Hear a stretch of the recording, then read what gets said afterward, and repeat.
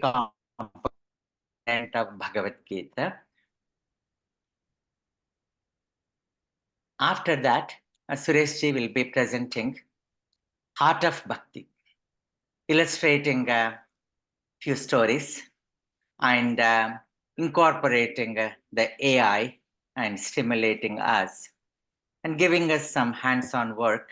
So depending upon how much of interest and then how much of time is needed, and then maybe exercising with the Kaipaji, so we could, it's based on yesterday's suggestions, so we can see if any of this we could do under his direct guidance. That's making use of presence of Kaipaji today. And then we all report out, and then Kaipaji can analyze. Then after that, concluding remarks by Swamiji. And then there will be some interludes, quote unquote, interruptions by me in between. Swamiji, over to you. With your eyes closed, your hands resting on the knees, and the feet of them will be planted. Sitting straight, your attention between the eyebrows, the prefrontal cortex, watching the breath and the parade of thoughts. Physically, you are still. Mind may be active. It is the job of the mind to be active, to bring sensation from all, through all sense organs so that you are alert, because your body is situated in this world.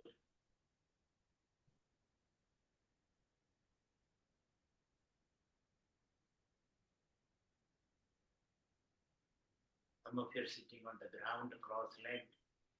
Some are sitting on the chair. You can place your hand on the knees or on the back. This is the right posture for the inward journey.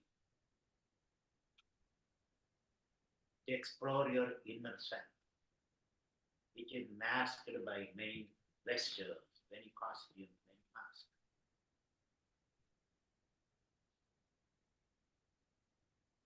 And all the values that we seek, like health, happiness, peace, are to be invoked from within yourself. They cannot be harvested from outside the field of senses.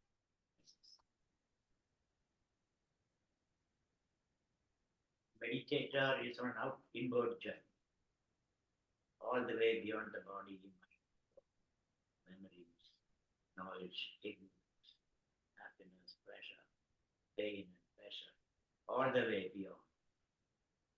The process of watching, detaching, and transcending.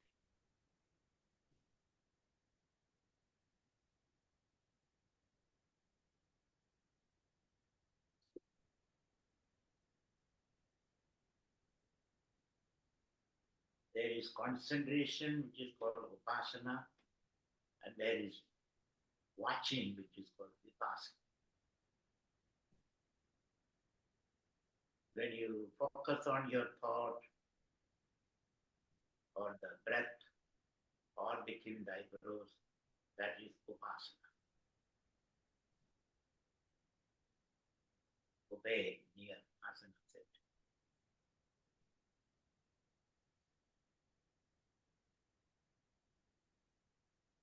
Meditator begins by watching the breath, focusing between the eyes, feeling the heart and the swell and the fall of the stomach walls as you breathe in and breathe out, and the tingling sensation at the tip of the finger at the top.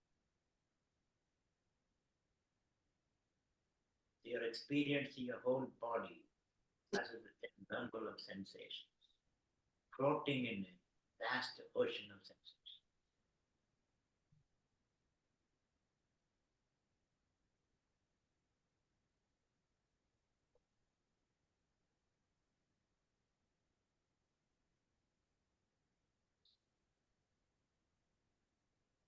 So for the first time you are deeply experiencing your body,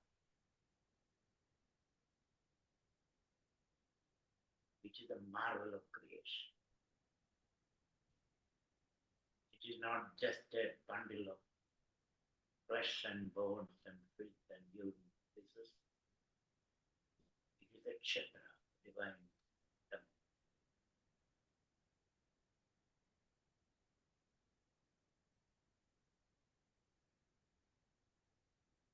Mastery over the posture is the first step in meditation. An ability to sit still like a distant hill, as even you are watching it, the body sits still. The body is still, the breath becomes deep, mind becomes calm, and the spirit awake. You gain clarity.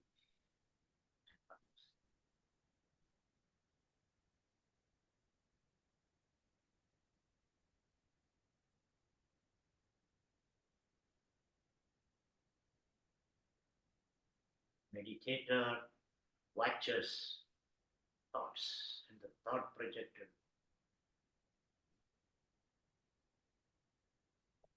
and the feelings and the feeling projected interpretation.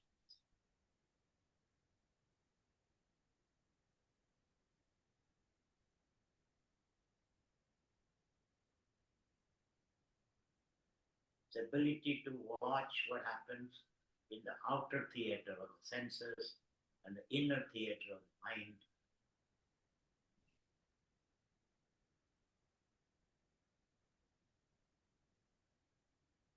makes you, the meditator, a witness, sakshi.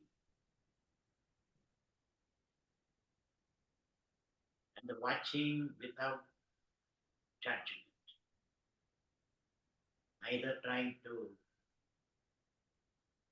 promote a thought or to demote a thought, suppress a thought or express a thought. You just watch. Like even you watch the clouds glide across the sky. Or a flock of geese taking, or you watch the river flowing up, standing on the bank, or the oceans heaving and crashing while you are standing on the shore.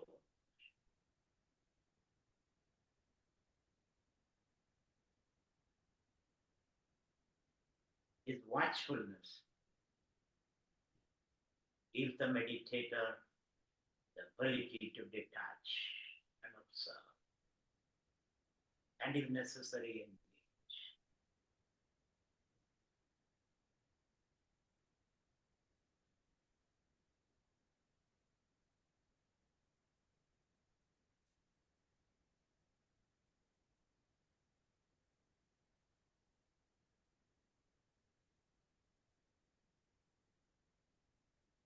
Facilitate this watchfulness, letting things happen, their own intelligence, their own rhythm.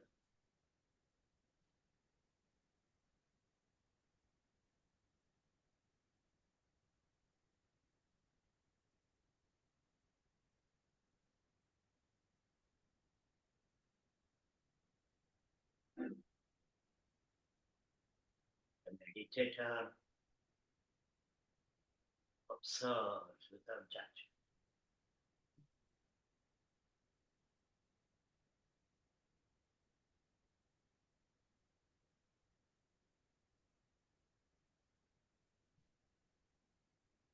To facilitate this watchfulness, you may consciously breathe, deep breathing, inhaling, uraga, exhaling, vajra. And between these two activities, meditator may causes the pause. Breathe in, pause, breathe out, pause. These gaps between Puraka and Rajaka, which is called Kumbha, as a space where you can dive into the oceanic of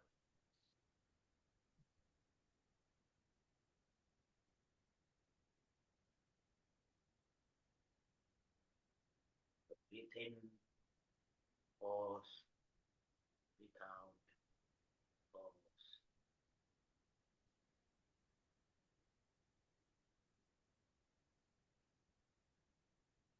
Breathe in, pause, breathe out.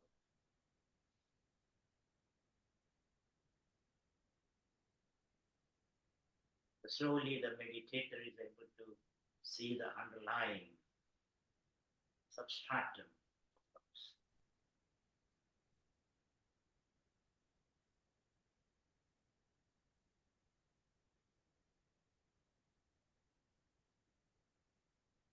You're watching. If there are thoughts, watch those thoughts without any resistance or desire.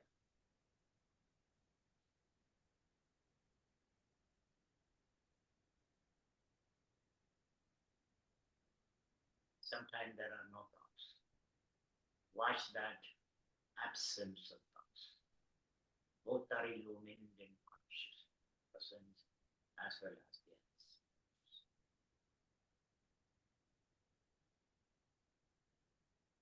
And for us, thoughts interpret the world.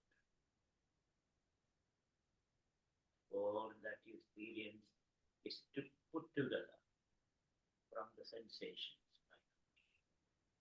using memories, creating vrittis and experience. The meditator sees the entire universe of his experience on the frame.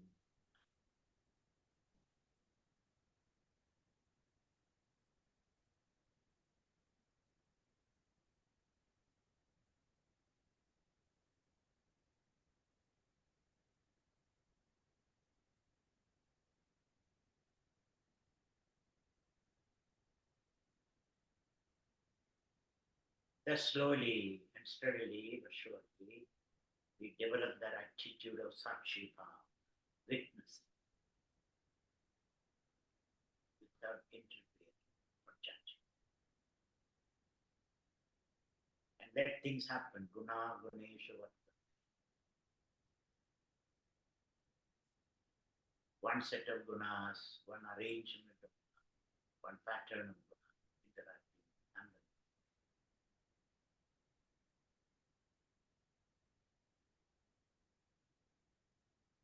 the meditator is able to see clearly.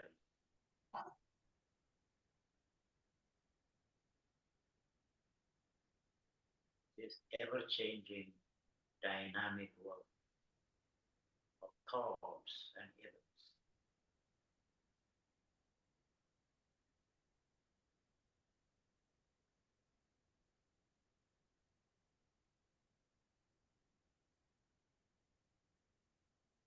Which takes time. You may invest 15 minutes every day to gain this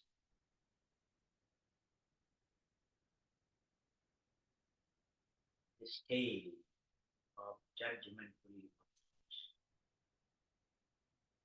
trusting in the.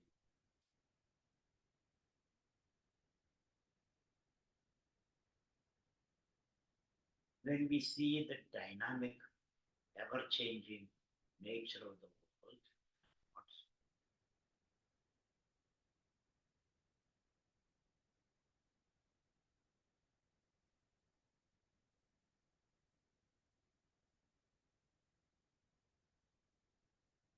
which Patanjali called Savitarka and Savichara. Vitarka is seeing the world in a detached manner, and Savidara is seeing thought detached.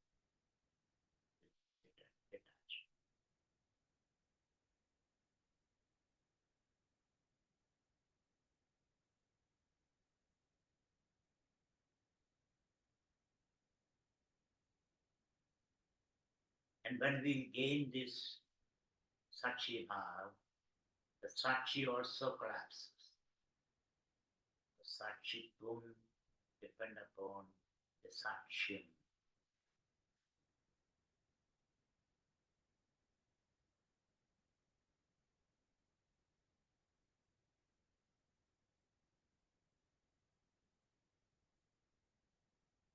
Sakshi also collapses.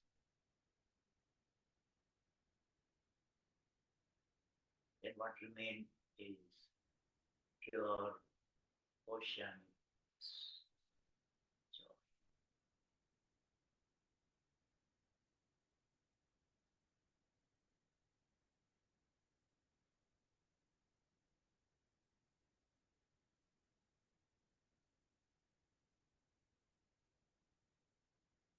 So what the meditator can do is to gain this Sakshi Bhav, whether you're on the mat or off the mat, whether you are engaging in the world actively or engaging in the world passively on the seat of it. One can strive up to the state of witness.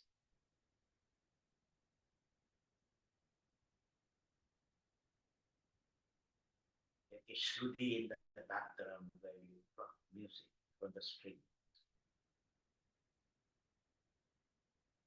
The Sakshi continues off the mat too.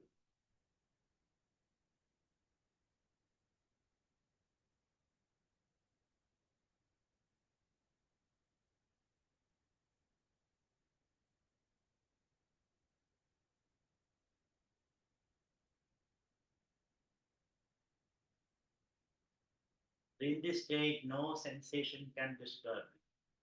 Because you see, sensations collapse into the mind in terms of vrittis, and vrittis collapse into oceanic consciousness, creating no reaction. Like even raindrops fall into the ocean, creating no reaction in the ocean. One with the infinite tune of the ocean. The no sensation can create any ripple of disturbance in the middle.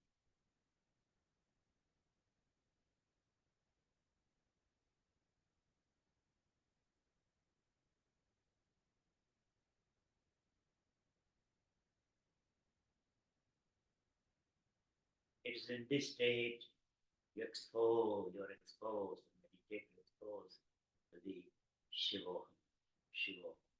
So comes.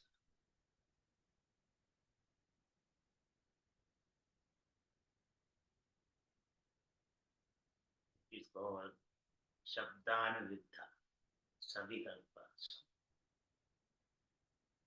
These words bring deep meaning in your awareness.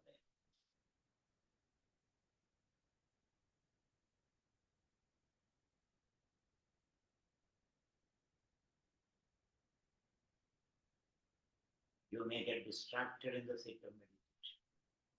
Then draw a deep breath and hold it till you break out of that distraction. Or you can get bored.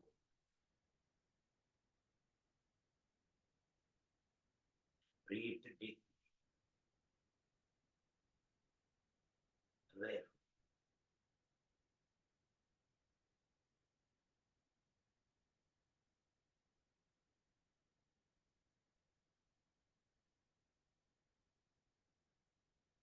If you still finding distractions, mentally chant the Namah Shivaya. I offer this distraction at the lotus feet. Don't identify with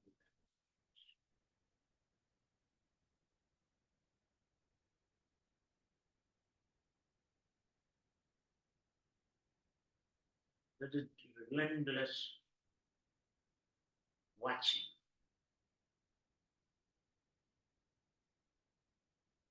And transcending, detaching, transcending.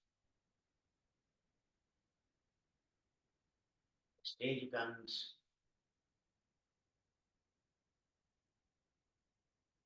where you remain as the pure witness.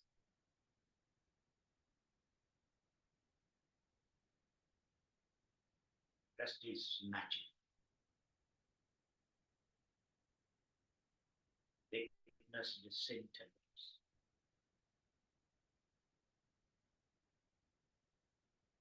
What remains is pure light,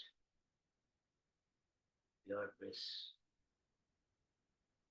pure peace.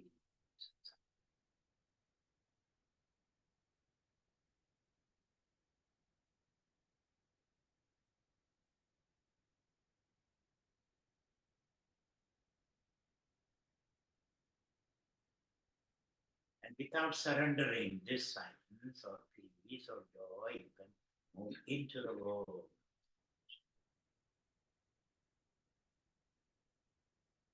Thereafter, all the choices you make become channels of exploring and expressing this inner joy.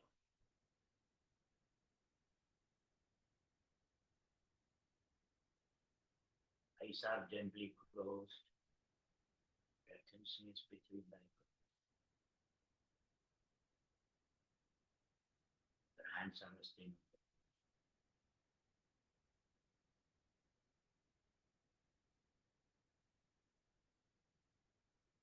Watching your breath. The breath and the mind,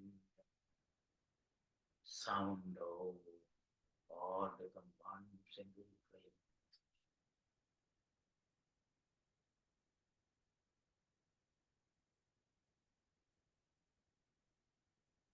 Meditator, observe the breath and silently chant the Om. Or Shiva. So,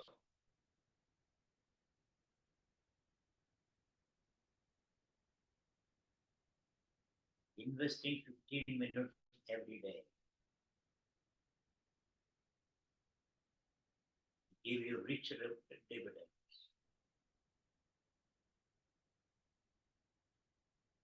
In to pursue this and gain that state of witness.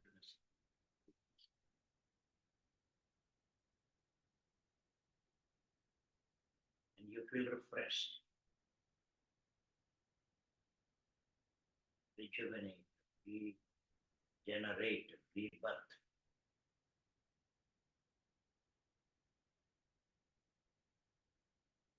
And then move into it without losing this sense.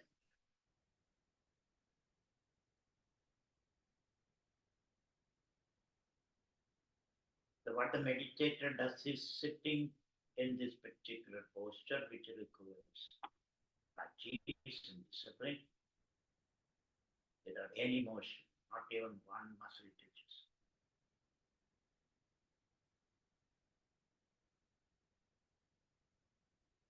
Then simple observation.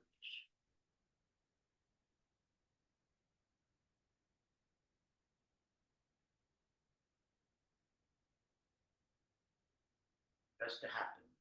So, like a miracle.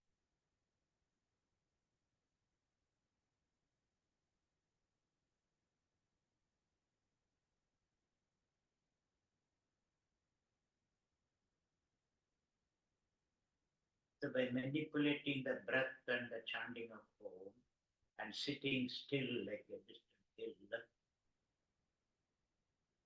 you are able to make this miracle happen. to unveil hidden treasure.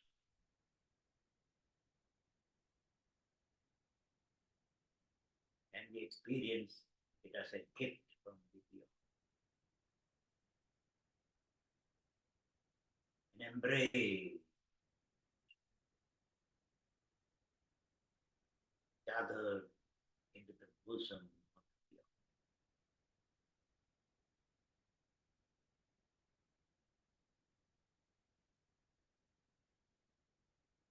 That even a mother gathers baby.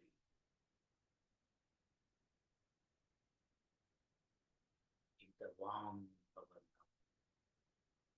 Similarly, the meditator experiences an inward suction.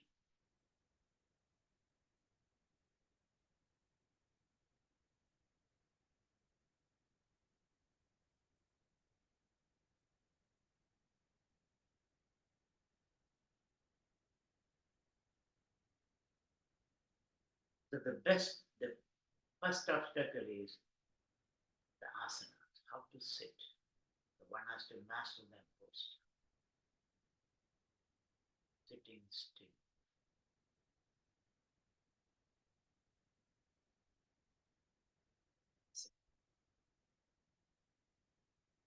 Therefore, the body is called the temple, Kshetra.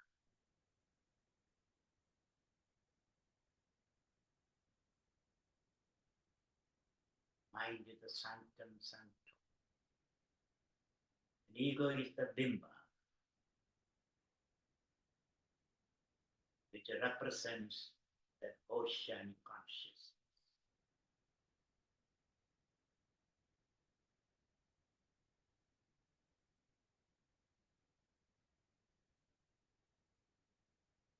For the meditator, Shiva. Shiva.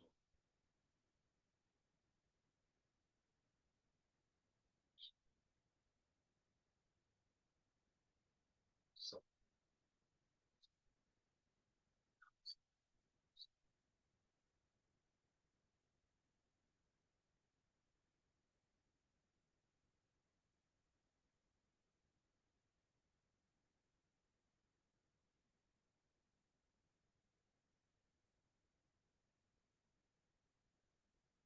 you don't feel the body become light.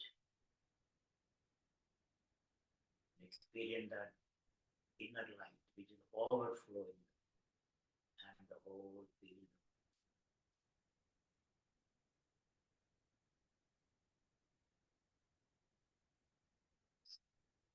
Shiva.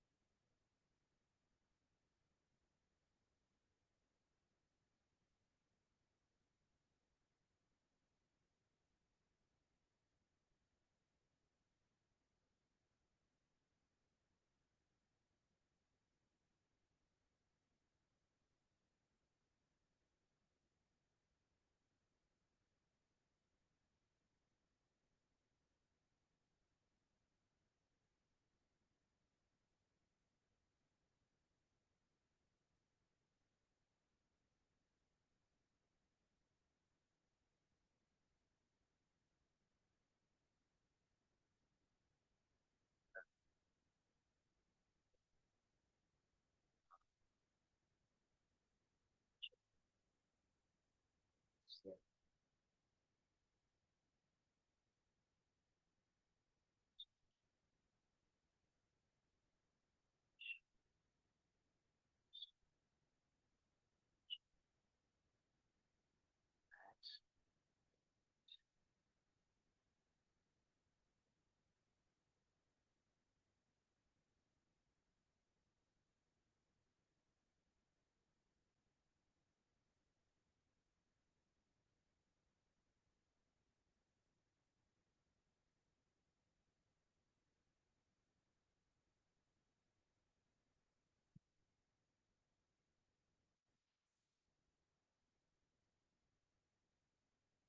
Thank you, Swamiji. Shruti and Nikhil, could you just chant Shankaram Shankaracha?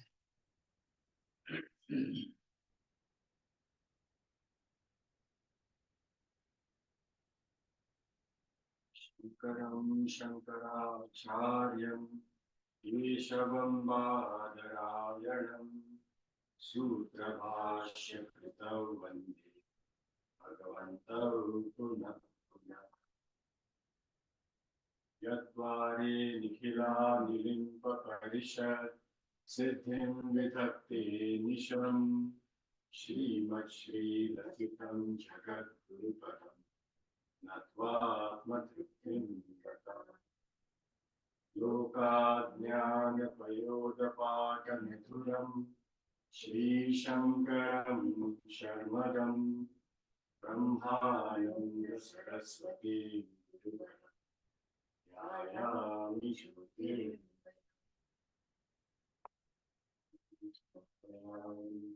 Shri Kucharan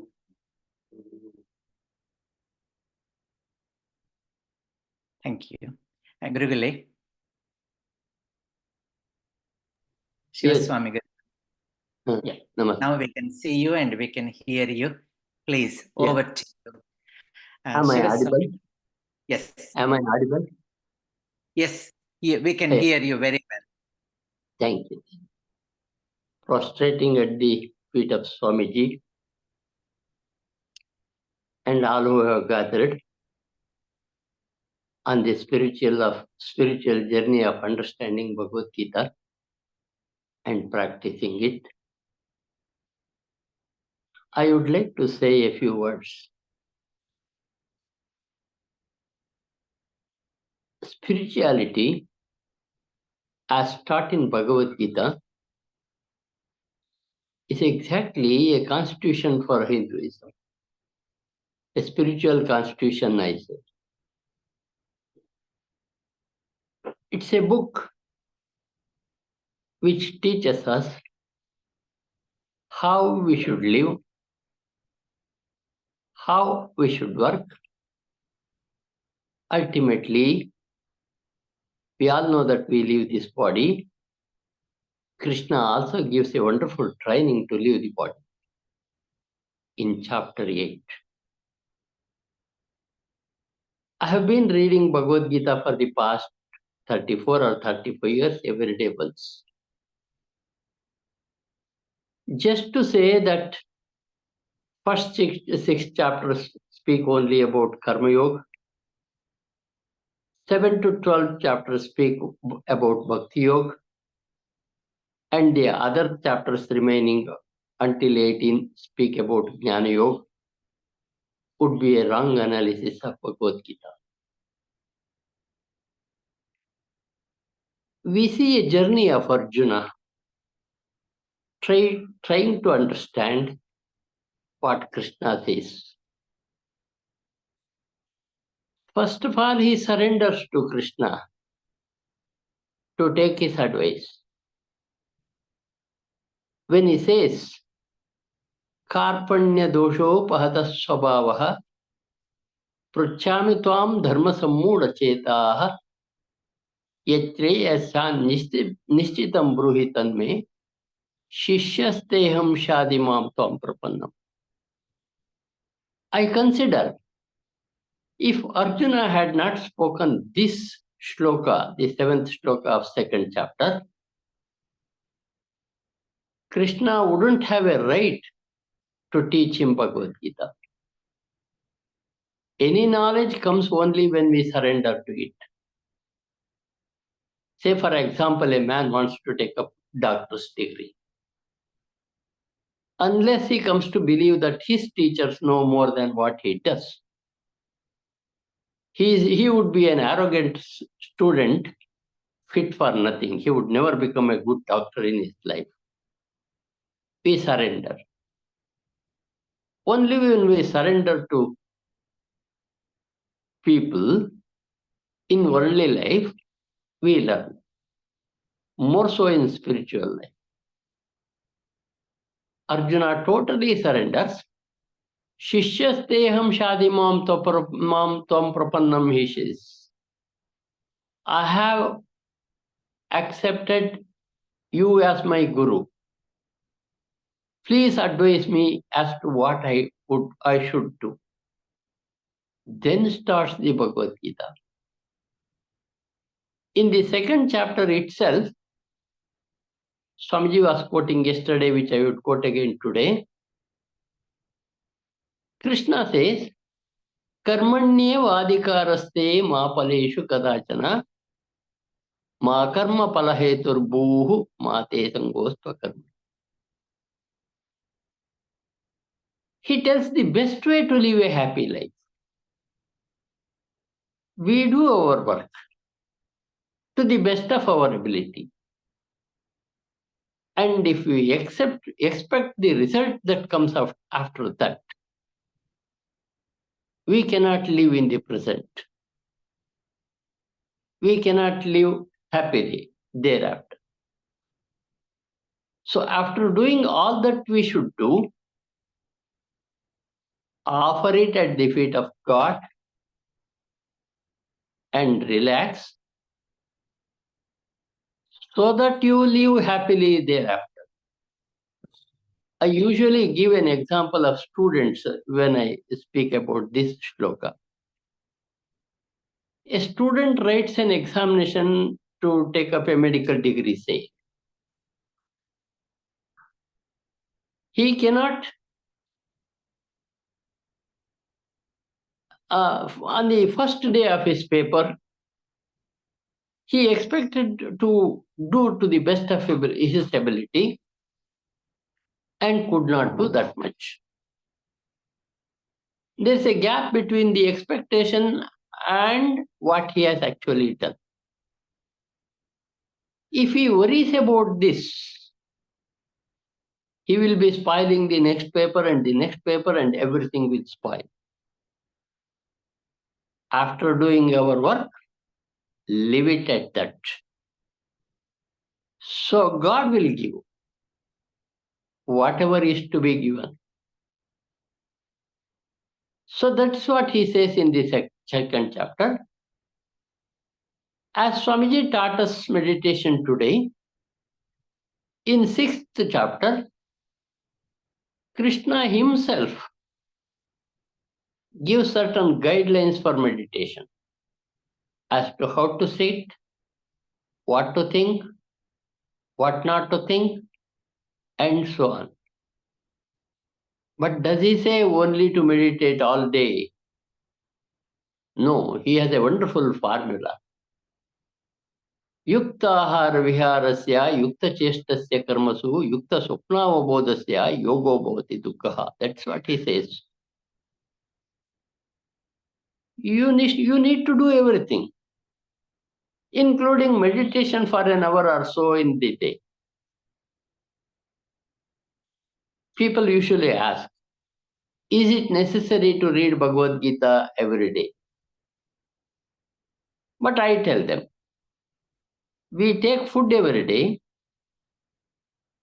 we sleep every day, we take a bath every day, and we have also to do a bit of meditation every day. That's the Krishna's order to us in Bhagavad Gita. As if we charge our mobiles whenever the mobile loses its charging, we have to charge ourselves every day to be spiritual. I usually say, God means cosmic consciousness. This world is not a disorderly existence. It has a purpose. We have a purpose. It is definitely moving towards that purpose, which even now there is something to happen according to the wish of that cosmic consciousness. Not that we do everything by ourselves. So God says, I am with you. But we don't take God seriously. That's the problem with us. Krishna wonderfully tells, Yo mam pashyati sarvatra sarvancha mai pashyati tasyam na pranashyami sachame na pranashyati. He who sees me everywhere, I also see him from all directions. He will not disappear from my sight, my disciple. We can all check this with Krishna in our lives. But our feeling is, can God come to us as in God's form? Not necessary. When you are in distress, when you are in problem, somebody comes and enlightens you. Such people are not short of God. Supposing you are walking in a village. It's totally dark, you don't have even a torch and a mobile torch. You have to travel a little distance. And it's a forest area, you can't see the road. You shout for help, nobody answers you because it's a village, you don't know where a house is, where there is no house, etc. And you try to walk in the darkness a few steps ahead. Some man comes to you with a torch. He makes you reach the house you want to go. Thanking you, he goes away. What do you consider this man and this help? We can see God every time. But Krishna tells us a wonderful thing in 8th chapter.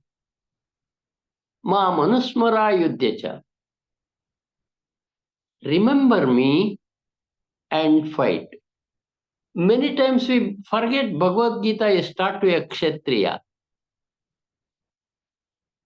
Krishna is not asking Arjuna to go to the forest and meditate. No, not at all. He has a duty as a king. To protect Dharma, he has to fight. And he says a wonderful thing. Mam anusmara yuddhyacha. Remember me and fight. I generally see this one of the wonderful statements of Bhagavad Gita in chapter 8. I give an example for this. A spiritual leader was traveling on a ship. There was a small hole in the bottom of the ship and water began to gush in. The captain of the ship was an atheist. And then he wanted to teach a lesson to the spiritual leader who was on the deck. He comes up to him and asks him, Sir, there is a hole in the bottom of the ship and water is gushing in. You are a great spiritual leader. Shall I call all people in the ship to the deck so that you can pray and the hole would stop? The gushing water would stop. Expecting that, the spiritual leader would say, no, you have to remove the water. But the spiritual leader said one wonderful thing. Not that way. I will also come to pour out the water. So pump and pray, he says. Pour out the water, pray for strength. This is what Krishna is asking me and you to do in Bhagavad Gita. He never asks me to run away from where I am. When you are an engineer, if your work is good for the society, you ought to do it. When you are a doctor, you serve the patient. That is your workplace, that is your God. In Bhagavad Gita, you cannot sit for a few minutes in a room and pray and live whatever, however you want in the later stage. No. Entire life is to be changed. And Bhagavad Gita can do it. Can we see God? What is the form of God? Where is he? There is another question. Yo mam pashyati sarvatra sarvancha mai pashyati tasyaham na pranashyami. That's what I already quoted. Yo yo yamyam tanum bhaktaha shraddhayarchitam icchati tasya tasya achalam shraddham tame vividamyam. What a wonderful statement by Krishna.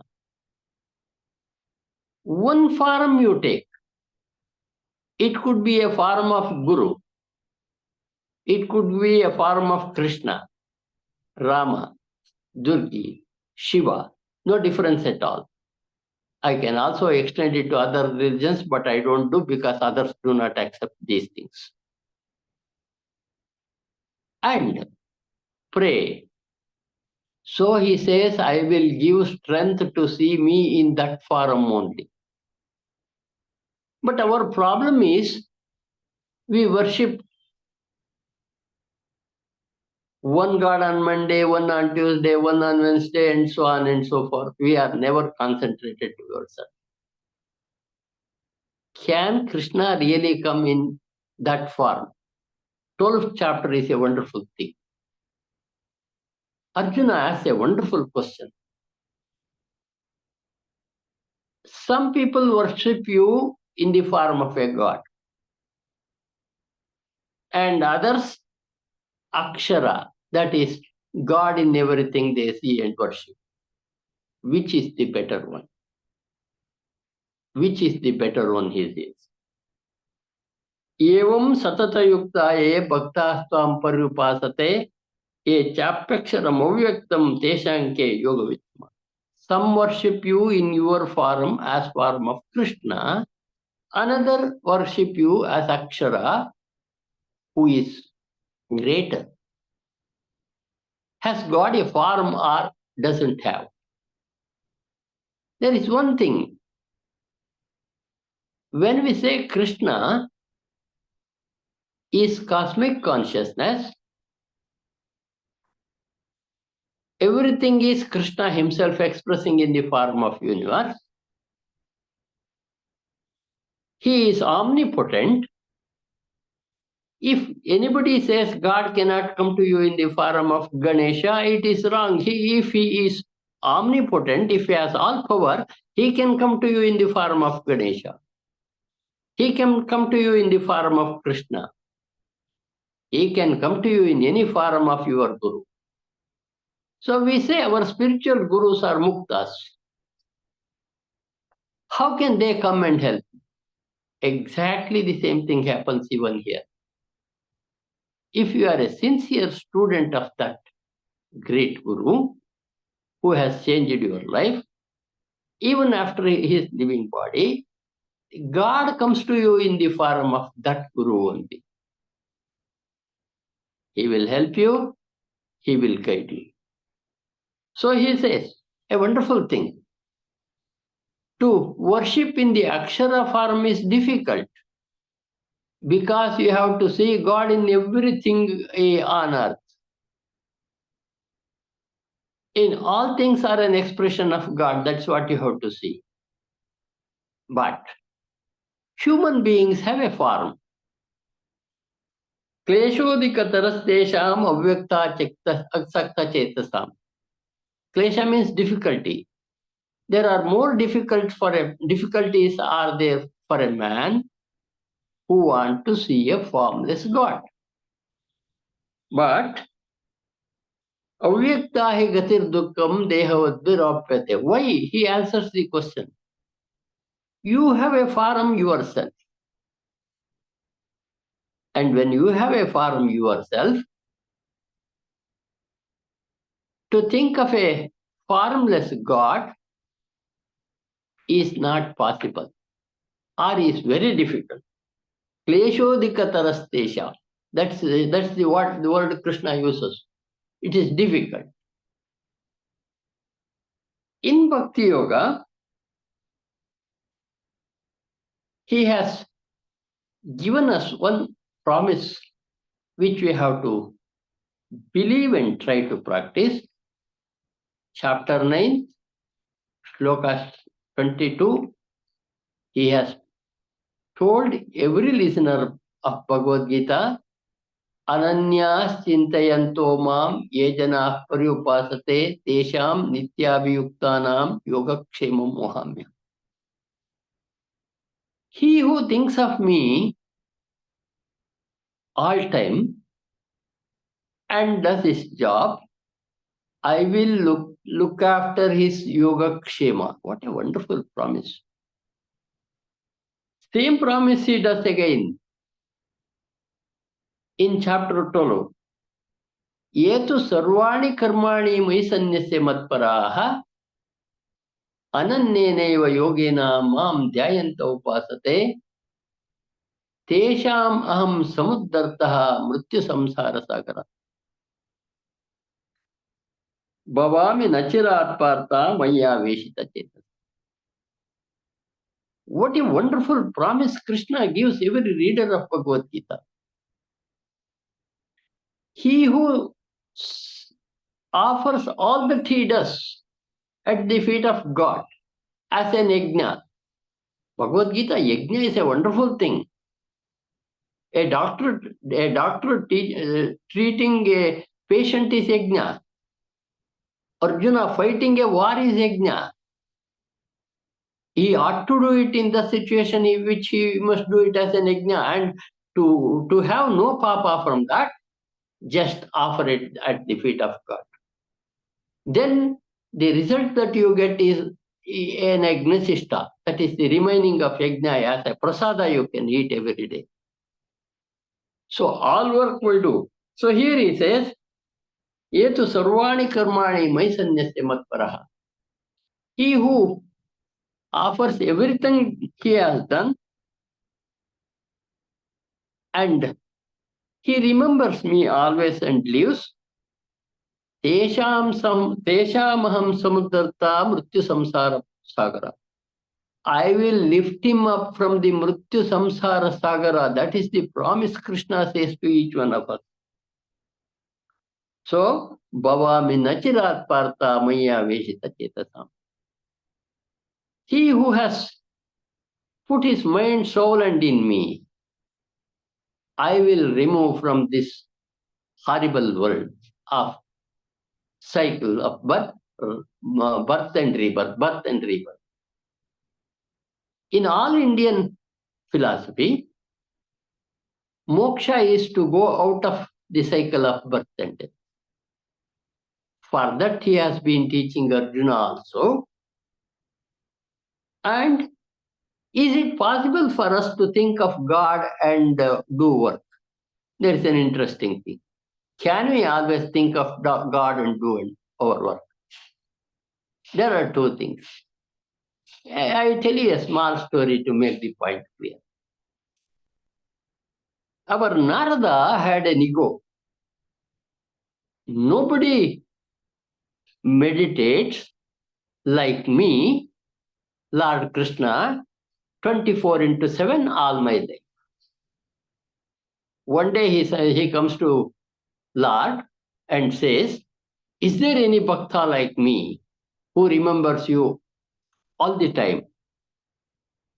And Krishna or Vishnu, as he says an interesting thing.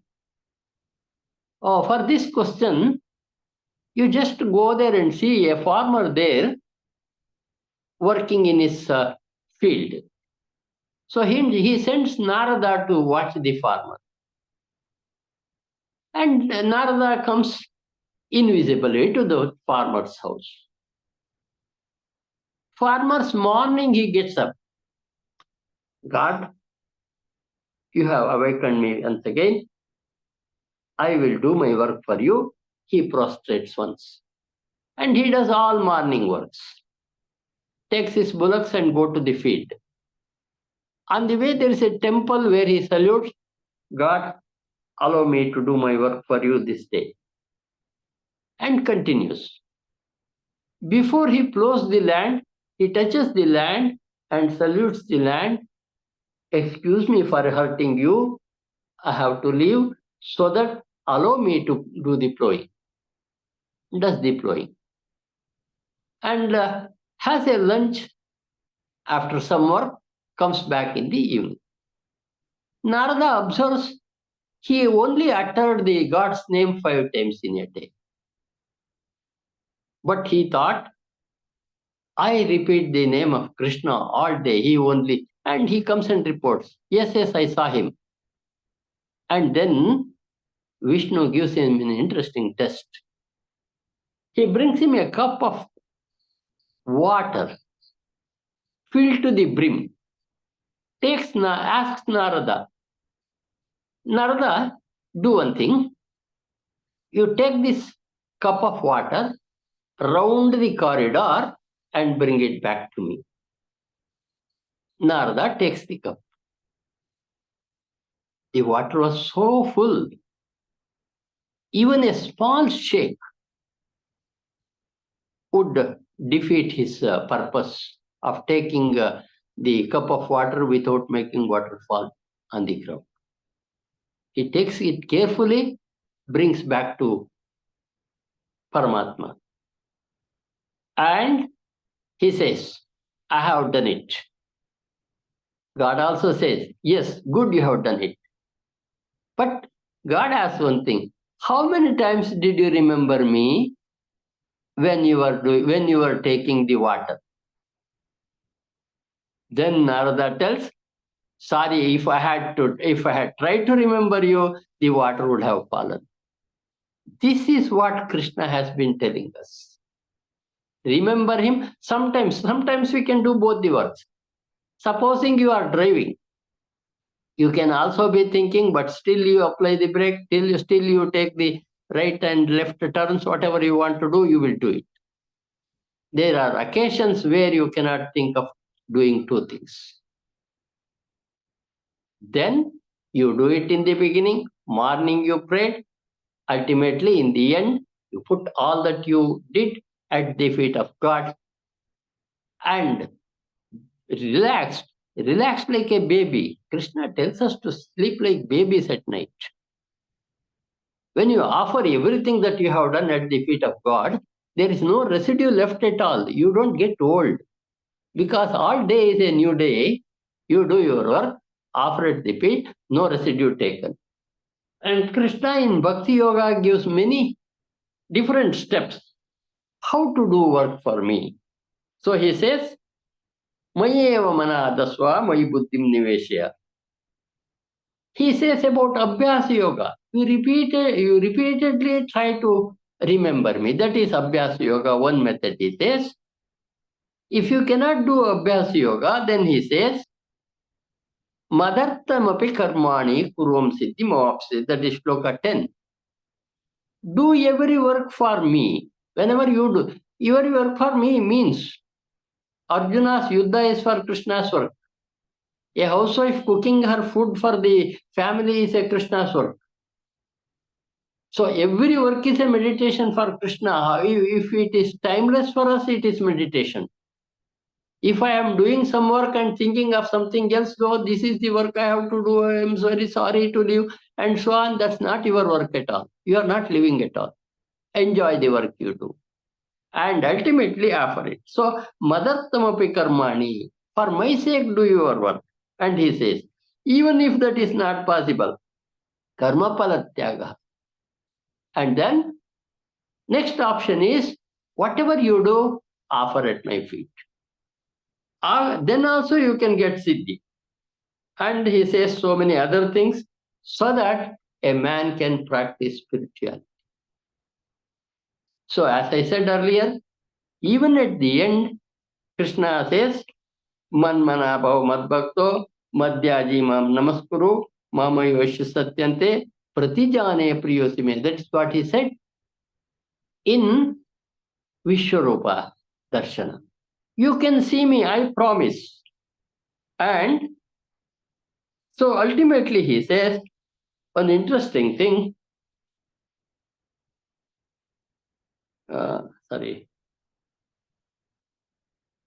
Sarvodharman parityajya mamekam sharanam vraja. leave everything and surrender to me. Aham tva sarvapapebhyo mokshasya ashuchah. Don't weep, don't feel sorrowful. I will remove you from all sins of life, and I will give you everything up to mukti. No other book and no other religion gives you such wonderful thing as this. Whatever you did, offer at the feet of God.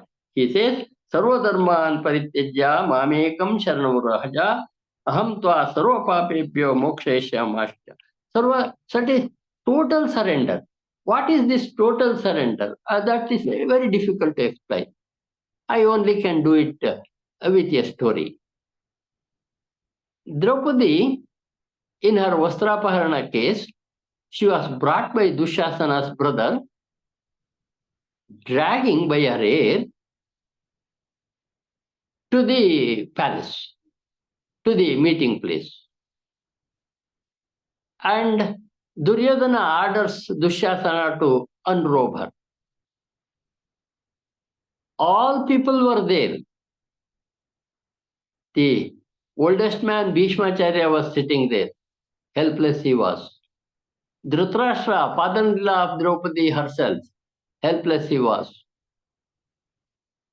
She had 5 husbands, all with wonderful qualities. They were helpless because they had surrendered themselves already to Duryodhana. And when she was asked to undress herself, she asked everyone, can she help? Nobody does. Then he said, remembers Krishna. Krishna, he says, gives herself up. And then comes the dress. As we say, Dushasana cannot pull her saree. He falls down, failing in his effort to unrobe her. This is total surrendering. I cannot say how it could be done by other words. Another example is that this one, Gajendra Moksha incidents. The elephant tries for many years to defeat the crocodile. Ultimately, he thinks, may not be possible for me. Just pulls a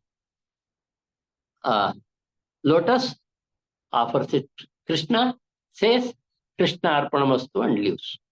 Then suddenly Vishnu appears and leaves his chakra on the crocodile and kills it. This is the total surrender Krishna wants us to do so that he can look after us, the present, the future, and also he is the man who decides when we should have moksha. Only we must be remembering every day, as he said earlier, Yomam Pashyati Sarvatra Sarvanchamai Pashyati. If you see God in everything that you see, he will also be seeing you. And with those a few words, I thank all the organizers. Thank Swamiji once again. Salute at his feet. If there are any errors in what I said, I ask him to excuse me because a small one I am in front of him. Thank you all. Thank you so much. Thank you. Swamiji, your turn. Very luminous talk. Your whole personality is luminous. The Bhagavad Gita manifests through you. The way you raise your hand and wonderful. Thank you very much. Thank you. Thank you, Gurugalu. Thank you. Thank you. Thank you. Thank you, Doctor. So now I shall invite Suresh Srinivas to give his scheduled talk for next 30-40 minutes, however you want to span it out. And Did I take too much time, or did I take the time given to me only no, that much? that was just perfect. That was just perfect. We were hoping that, so you would summarize. So that's why if you were like, just paying attention to what I said, I did not ask you to speak on Bhakti Shatka. I just asked you to talk about Bhakti aspect in Bhagavad Gita. So we also, yesterday, Swamiji said the same thing. The purists and and those who have understood Bhagavad Gita very well do not agree that, oh, it is only the second 6 chapters we should call Bhakti Shatka. Yeah. So, Karma, Bhakti, Jnana, and Dhyana. One of my teachers, the Sister Gari, used to say, Swamiji, before I met Swamiji, Bhagavad Gita is a chapati yoga. Chapati yoga. So the flour is karma yoga. The flour used is, so the wheat or rice or whatever multi-grain. Then the water is bhakti yoga. And the fire upon which it is put on is jnana yoga, jnanagni. And the time taken for the chapati to be made is a dhyana yoga. Now, when you see the roti, you cannot cut into 3 parts and say that this is bhakti, this is karma. So they're all so nicely kind of, so embedded in it. Thank you so much. Thank you for doing that.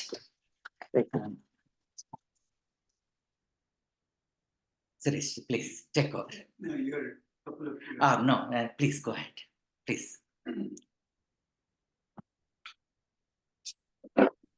So now Sureshji is going to illustrate some nice, beautiful stories. So Gurugalu has already told 2 stories, the Draupadi and Gajendra Moksha. So these are like there are 2 nyayas, Marjala Kishora Nyaya and Markata Kishora Nyaya. So Marjala, you may ask, what does it mean? Marjala means Bidalam. So one day I was saying something, and then one of my teachers, I was saying the Latin part of it, the Latin meaning of what was said. He said, you are saying what, I was asking what Marjala means, and you are saying what, so it is Bidalam. So please, can you tell what, in a language where everyone can understand? So Marjala is the baby kitten, baby kitten. Baby kitten gives up everything, believes so much in mother cat, and then mother cat holds the neck of the baby kitten and carries so safely everywhere with her teeth. So that's Marjala Kishoranya. The another one is Markata Kishoranya. So the baby monkey, if you look at, holds onto mother monkey so hard, and then mother monkey just jumps from branch to the branch. It is baby monkey's responsibility to hold on to mother monkey. And that's what Prahlada and Dhruva have done. So, Sureshji, please, some of those examples. Thank you.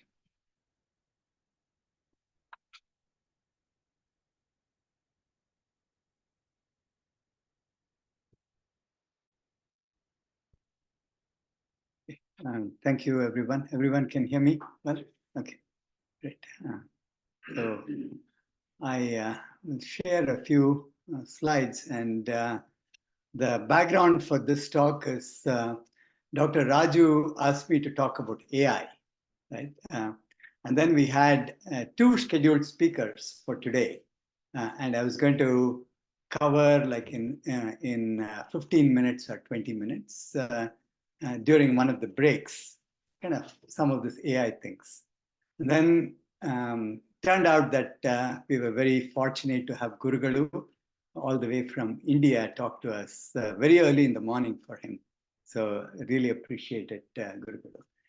And so I decided instead to use AI to talk about bhakti, right? So that's what I'll do, and then I'll kind of show some. I'll show you some examples. Hopefully, I can.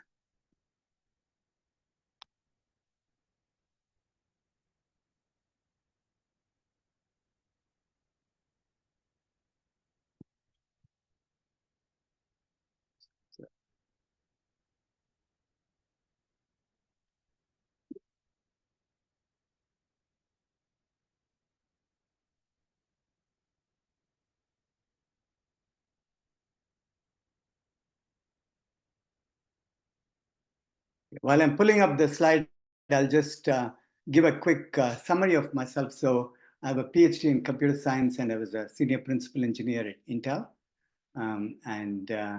I had a great career, and I decided to retire voluntarily. I had a great option with that. And Dr. Raju gave me a project immediately, which was a very tough project. And so I think you heard Anup and you heard me. So that was the project we had been working on to go over all the verses of the Bhagavad Gita. And I think we have many illustrious people here. And I'm still waiting for Bhagavad Gita to go through me. Now I have gone through it several times. So hopefully the blessing will be there from the gurus as well as from the divine for it to flow through me. So here are two pictures. Guess which one is the AI generated and which is real picture. Any guesses? Right side is AI? Okay, good. So this one is Jyoti Garu and I, we do some chanting of Bhagavad Gita, and we create some YouTube videos called 1 Minute Gita. And this is set in Texas. Right? So it's set in a national park in Texas. So you can tell AI to create things. This one was created by a very beautiful Indian artist. And I think he took several weeks to do. And this took me a few seconds to do. Yeah.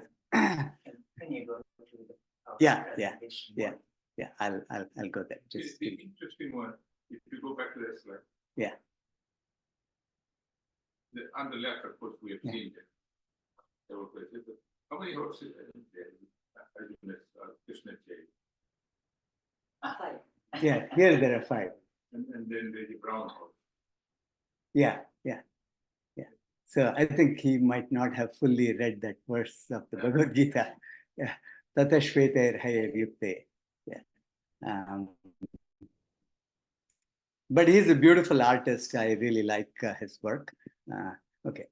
So this is what I'm going to share, and I'll try to keep it brief so that we'll also have opportunity for that interactive activity that we want to do with all of you. So from 6 stories, I got a lot of feedback from Dr. Raju. Dr. Raju is my teacher, and so it's my privilege. And then Dr. Raju also introduced me to the great teacher, which is Swamiji, and then I have been learning from both of them and many of all the students and the peer mentors. So thank you for everyone. So there are some slides from Dr. G from his presentation. So I'm going to talk about the power of AI to tell stories and gather insights from Gita. And I called it the heart of Bhakti. Right? And then I'll tell you 3 stories. And I think Gurugalu has already told you 1 story. So again, thank you to all the gurus. Okay. So this is the first story. You might have heard of this story. So this is the monk and the prostitute. Anyone not heard of this story? Just raise your hand if you have not heard of this story. Okay, so a few people. So I'll quickly tell the story. So by a river bank, there was a monk. And then he was quite upset that there was a prostitute kind of close by, right? And she would always have a stream of like people coming to her house. And then whenever he met her, he would berate her and tell her that she is like very sinful. And she would be like very humble. She would sort of take all the scoldings that he did, and then she would go and feel sad about it, right? And then the monk then decided that he has had enough, that he'll keep track of this, right? And so he keeps a big jar, right? And then he keeps track. And then every time she sees the monk meditate, she is starting to think about God and how she is in this unfortunate situation. And then she is thinking about God, right? And then one time he sort of really berates her, and then she says, God, take me away, right? And then there's a flood that comes, and both of them pass, right? And then the Yamadutas come and take him, right? And then she is ascending to heaven, and then they kind of cross halfway through, and then he's saying, "What is?" I was like always meditating what kind of like happened, and then so what they said was that your heart was filled with the prostitute's sins while you were saying your prayers, whereas the prostitute's heart was filled with the love of God, even while engaging in a lifestyle of sin, right? And so there is a great verse in the Gita. Any guesses of the verse? I think Dr. G already knows, so he can't answer.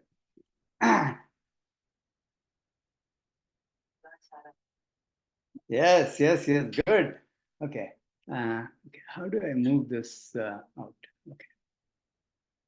So 9.32, Mam hi partha vyapashritya yepisyu papayoneyaha striyo vaishyas tata shudra tepi yanti param gatim.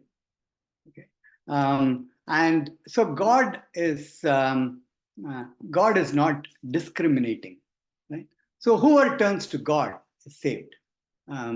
Any birth, race, gender, caste, just turn to God, right? And you'll be saved. So this is a great story, and I really like kind of both Hari Kumar and Koti Srinivasa's translation of this, as well as this is from Muktananda's translation, where they translate this as whatever their birth, race, gender, or caste, right? Kind of more generic, not specifically, this is not about women. Is that? Oh, that way. Yeah. Okay. Sorry. No. Thank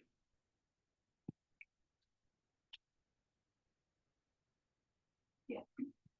Ramakrishna Paramahamsa tells this story, and then this is very well illustrated in the book of Tilkavananda. And this is AI generated. The two verses are from the third chapter, verse 6 and 7. Karmendriyani samyamya yaste masasmaram indriyarthan vimodhatma mityachara sauchyate yastvindriyani manasa niyamya ravati arjuna karmendriya karma yogam sarastasya vishishyate. Thank you. Yeah, that's the Mula Shloka. Yeah. Yeah. Okay, and then the second one was, we already heard that story. And then here again, two pictures. Again, you should be able to guess. Yeah, Gajendra Moksha, but one is AI generated, one is not. The right side. See, this picture looks so good also. But only thing is that the crocodile is not biting the leg, because I didn't sort of fully describe it. Yeah. And so Gajendra fought, as we heard, and when he became tired, he started singing the hymns, right? And he plucked. So the key thing is the hymns that he learned in the previous life. So there are two verses in the Gita that we will kind of see. One is the Patram Pushpam Phalam Toyam Yome Bhaktya Prayachid Tadaham Bhaktyupahritam Ashnami Pretatmanaha.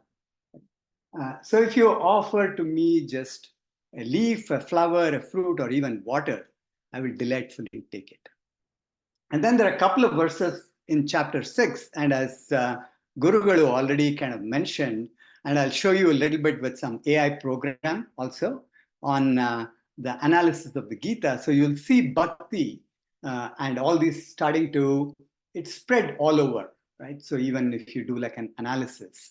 So on the 6th chapter, so Tatratam Buddhi Samyogam Labate Paurvadehikam Yatate Chatato Bhuyaha Samsiddhau Kurunandana, right? And Purvabhyasena Tenaiva.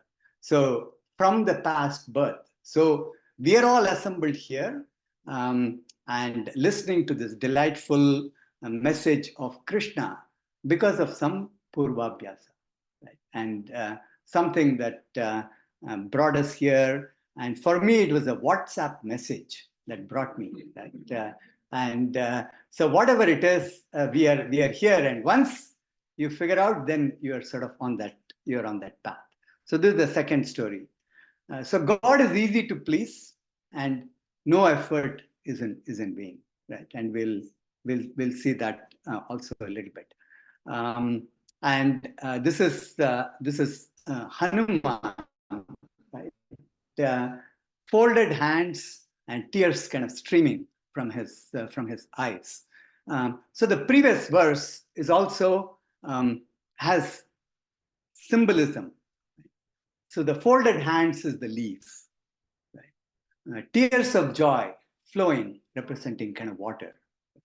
And the head bowing down is the ripe fruit, and heart is the flower.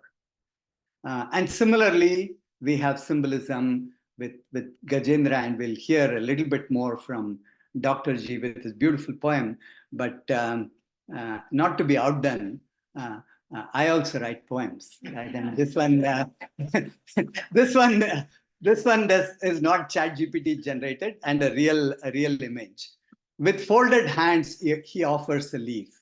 Tears of joy flow from his eyes as he revels in the song of the divine. The ultimate devotee is found with head bowed low, like a ripe fruit hanging from a tree, and a heart open wide like a blooming flower, right? I salute Maruti, destroyer of the demons of doubt, disbelief, and disrespect, who is present wherever Rama's glories are sung.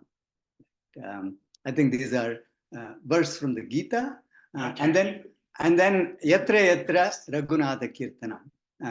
Those two verses, and then there was so this is I did take out a couple of stories. So, but Dr. G has all these beautiful stories of the Tulsi leaf. Dr. G, do you want to say? Yeah. So Rukmini and Satyabhama, right? And she has lots and lots of jewels, right? But she had that ahankara, right? And Rukmini has just that leaf with full of devotion, and that one is kind of lifting higher. And then we heard of Gajendra, Moksha, and then Andal, and then Shabari giving. So these are all these flowers, right? Flower, leaf, fruit by Shabari, and then the last one, water, Rantideva. And then this is the modern equivalent that Dr. G kind of told us. Write a thank you letter, right? Or give some tips, or a flower and a fruit basket, or just cold or it can be water or a drink, particularly when you have a contractor that's kind of working hard and outside, or a visitor, right?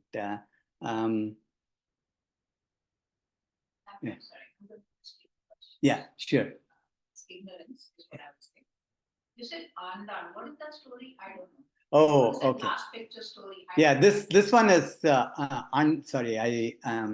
So Andal is a Vaishnavite Bhakti saint from South India in Tamil Nadu. She was born, or she was like found by Nammalwa. And then she would basically, he was the priest at the temple, and he would be making like really nice flower garland to take to the temple. She would check to see is the flower garland kind of like okay, right? Every day, right? And then one day he finds out, because there was small hair, right? And then he comes, and then he's like very upset at her. So the next day, yeah, she was wearing it every day. You right? see, quality Yeah. check. Quality check, right? Quality, and then she was also checking kind of is it suitable for the Lord. And she had a divine love to Ranganatha. And then the next day he decides that she is not going to wear it and he's going to take it. And then the Lord refuses it, right? He wants it to be worn by her. And so that's the story of the flower. Yeah, sorry if people didn't know. And then Dr. the last one was Yeah. Rantideva. Rantidev, do you want to say that? Yeah, sure. Yeah. Rantideva was a king, and there was a big famine. And then he actually wants to go into the forest and then does penance for his people. And then he takes this vow, and it could be again a different aspect of that story that I was told that I narrate. And then he eats only once a month, and then does this penance. So that is the day he was acquired. He acquired some food and then some water, and then he was about to eat. And then there comes the beggar and then asks for food.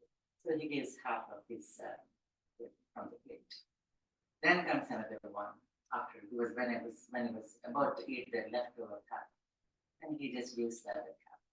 Then what was left was just only water, and was about to drink the water, and then the third person appears, and then he gives in that water as well.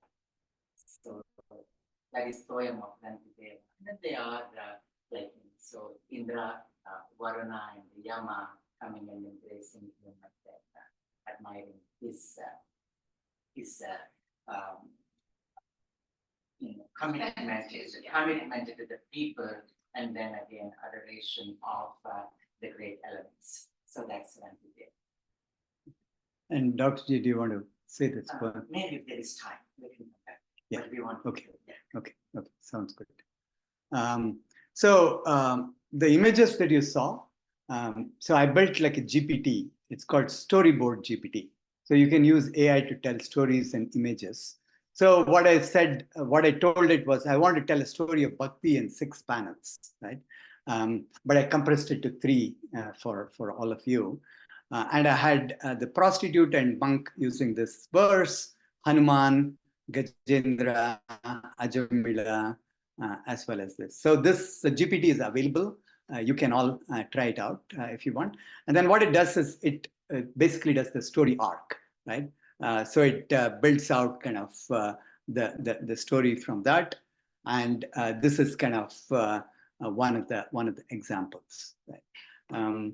And there are sort of multiple. Sometimes you have to experiment a little bit to make sure that the image that you're getting. So this whole area is called prompt engineering. So you have to figure out kind of how to make it kind of do what you want, right? And so it requires some skill, and I'm still developing my skill, but I'm happy to share that with anyone that kind of wants to learn. I think after my technical experience at Intel, so I just find that these things are coming kind of naturally to me. So I'm just enjoying and having fun with it. And then so this is with OpenAI. So yeah, OpenAI basically has created, I think we are in the middle of a revolution here. So last couple of days ago, I think I was talking in the car to Swamiji about the different companies. And then I was saying that NVIDIA is like number 3 now. Now it's become number 1, Swamiji. So it just crossed Microsoft in terms of the total valuation, right? Total valuation of the company.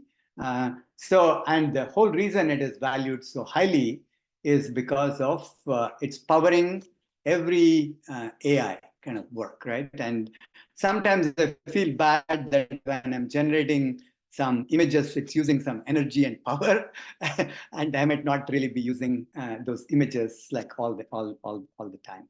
And then the second example I kind of want to share is that when Gurugalu talked about Bhakti being kind of like everywhere, right? So there are just 3 words that I chose: devoted, devotee, and devotion. Right. And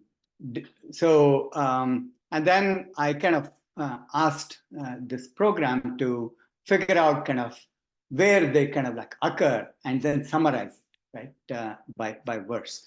So you can see that devoted is occurring like 5 times, right? And they are not exactly like the word bhakti. It's slightly sometimes different when I kind of did the analysis, but it's kind of close. It has the same kind of meaning. And then devotee is actually occurring as early as the 4.03. Anyone remember this verse? 4.03? Yeah. Yeah. It's the last verse before Arjuna says. First chapter? No, fourth chapter. Saka cheti rahasyam hetaduttamam. So bhaktosi, that's the first time it occurs. So it occurs in the fourth chapter, right? And then it's occurring all the way through. So even that division that Gurugalu was kind of talking, all the way 18.68, it's still kind of like occurring, bhakti. So bhakti, I'm very fortunate that I got this opportunity. It's there everywhere. Sarvata Panipalam. So it's hands are kind of hands and feet are kind of like everywhere. Water in the chapati. Yeah, water in the chapati. And then even in the 6th chapter, and we got a really beautiful meditation from Swamiji, which was wonderful. But I consider to be the most devoted of the yogis who lovingly contemplate on me with supreme faith and the mind ever absorbed in me. Yoginam api sarvesham. So devoted, devotee, and then devotion. Devotion occurs 26. Yeah, 26 times. So I'm not going to go through every verse, but I'll send these slides over, and maybe it might be a homework assignment to just look through these verses and then contemplate kind of bhakti for yourself. And so how I generated this was through this data analyst GPT. So I gave it the Bhagavad Gita text, and then I asked it to generate a program for me. Right? And this is the program. And then I had to make some modification and fixes for it to. Who says you are retired? No, I retired from Intel. I'm actually enjoying life. Although my wife Bindu, who's here, she's putting up with a lot of my retirement and not working hard enough for her. So with her, yeah. Maybe there should be another term than retirement, redirecting the work or redirection of job. Yeah. Retiring. Okay, so let me wrap up with this one, and then I'll conclude. So Swamiji car at someone's house in a very short time, he kind of summarized the 3 kind of key pieces, and I kind of made some images for those. So karma is leave the fruits to the Lord, right? That's what kind of karma yoga is about. And Gurugalu said it like many times. And what do you think bhakti is?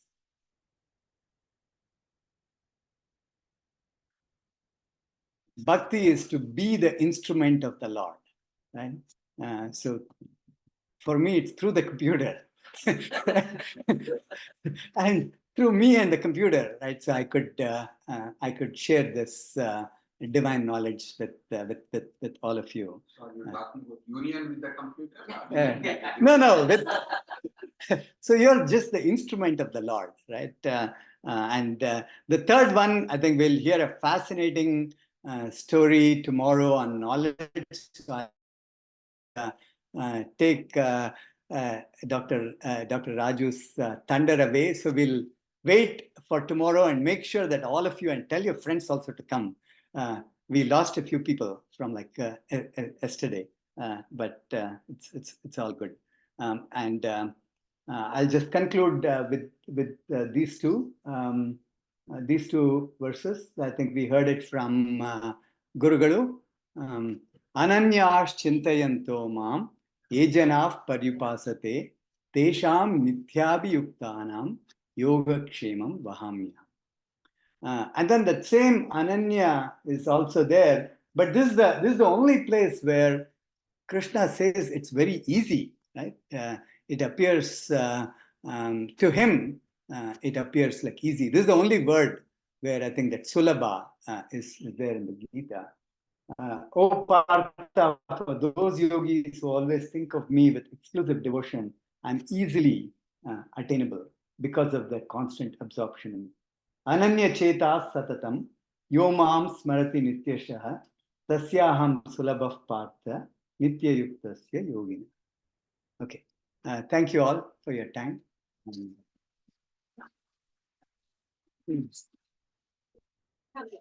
have a question. Oh, yeah. Sorry. Exclusive. Okay. I think we have two gurus. I think they will. They will. Why exclusive to me with exclusive devotion? Why? Because Lord is everything. You cannot explain things. You cannot see anything else. Therefore, see that. See him in everything. That's it. So I had This is fabulous. Chat GPT. Wonderful. Yes. One Chat GPT. Can you tell the Chat GPT to tone down the saturation? Or to tone down the saturation. Yeah. No, I think you can also give like prompts to make it like cartoon style or photorealistic, and you can also kind of tell it that, oh, imitate this photographer. And I think some of those photographers are starting to be up in arms. So Bindu is very privacy kind of focused. So none of her photographs, so I cannot make these photographs like Bindu's photos. Unfortunately, but yeah.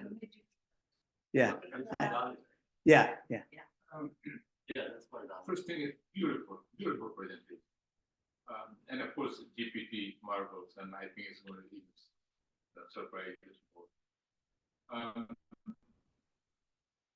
Just my own experience living in the villages for the last so many years has taught me that bhakti is being misconstrued and is being misapplied and misunderstood broadly in India. Particularly, I know in North. So you take the cases, you had 2 or 3 great examples. Can you go back to that? Yeah. Take the case of Draupadi and the one before that, Gajendra, right? Yeah. And Draupadi. Anyway, so you see, in Draupadi's case, she fought Dusasana. Yeah. All the way as he dragged, right? And then she challenged the preceptors, Bhishma and Drona, and then even chided her husband, right? Tried every possible way to protect her. Yeah. And then when nothing worked, then she let it go. Yes. Right? That is, bhakti is not to let go of it right from the beginning. Yeah. Okay? That's very important to understand. So, excuse me. So basically, and I run into that so much and try to get people to understand that, the karma and bhakti, they go hand in hand. Yeah. You got to try to give everything you have to whatever it is that you're going after, with devotion and all that. But don't leave it to Lord right from the beginning. Yeah. Gajendra does the same thing. Right? They fought for that For a long time. Yeah. And then when nothing worked, Then surrender. Right? yeah. So that process is broadly misunderstood, where you just surrender to God. That's not good. Yeah. In Bhagavad Gita, there are 2 verses, right? Chaturvidha bhajante mam jana sukritin arjuna arto jignyasurartarthi jnani cha bhartarishava tesham jnani nitya yuktaha ekabhaktir vishishyate and I forgot the last. Yo hi jnaninotyartam aham cha sacha mama priyaha. Yeah.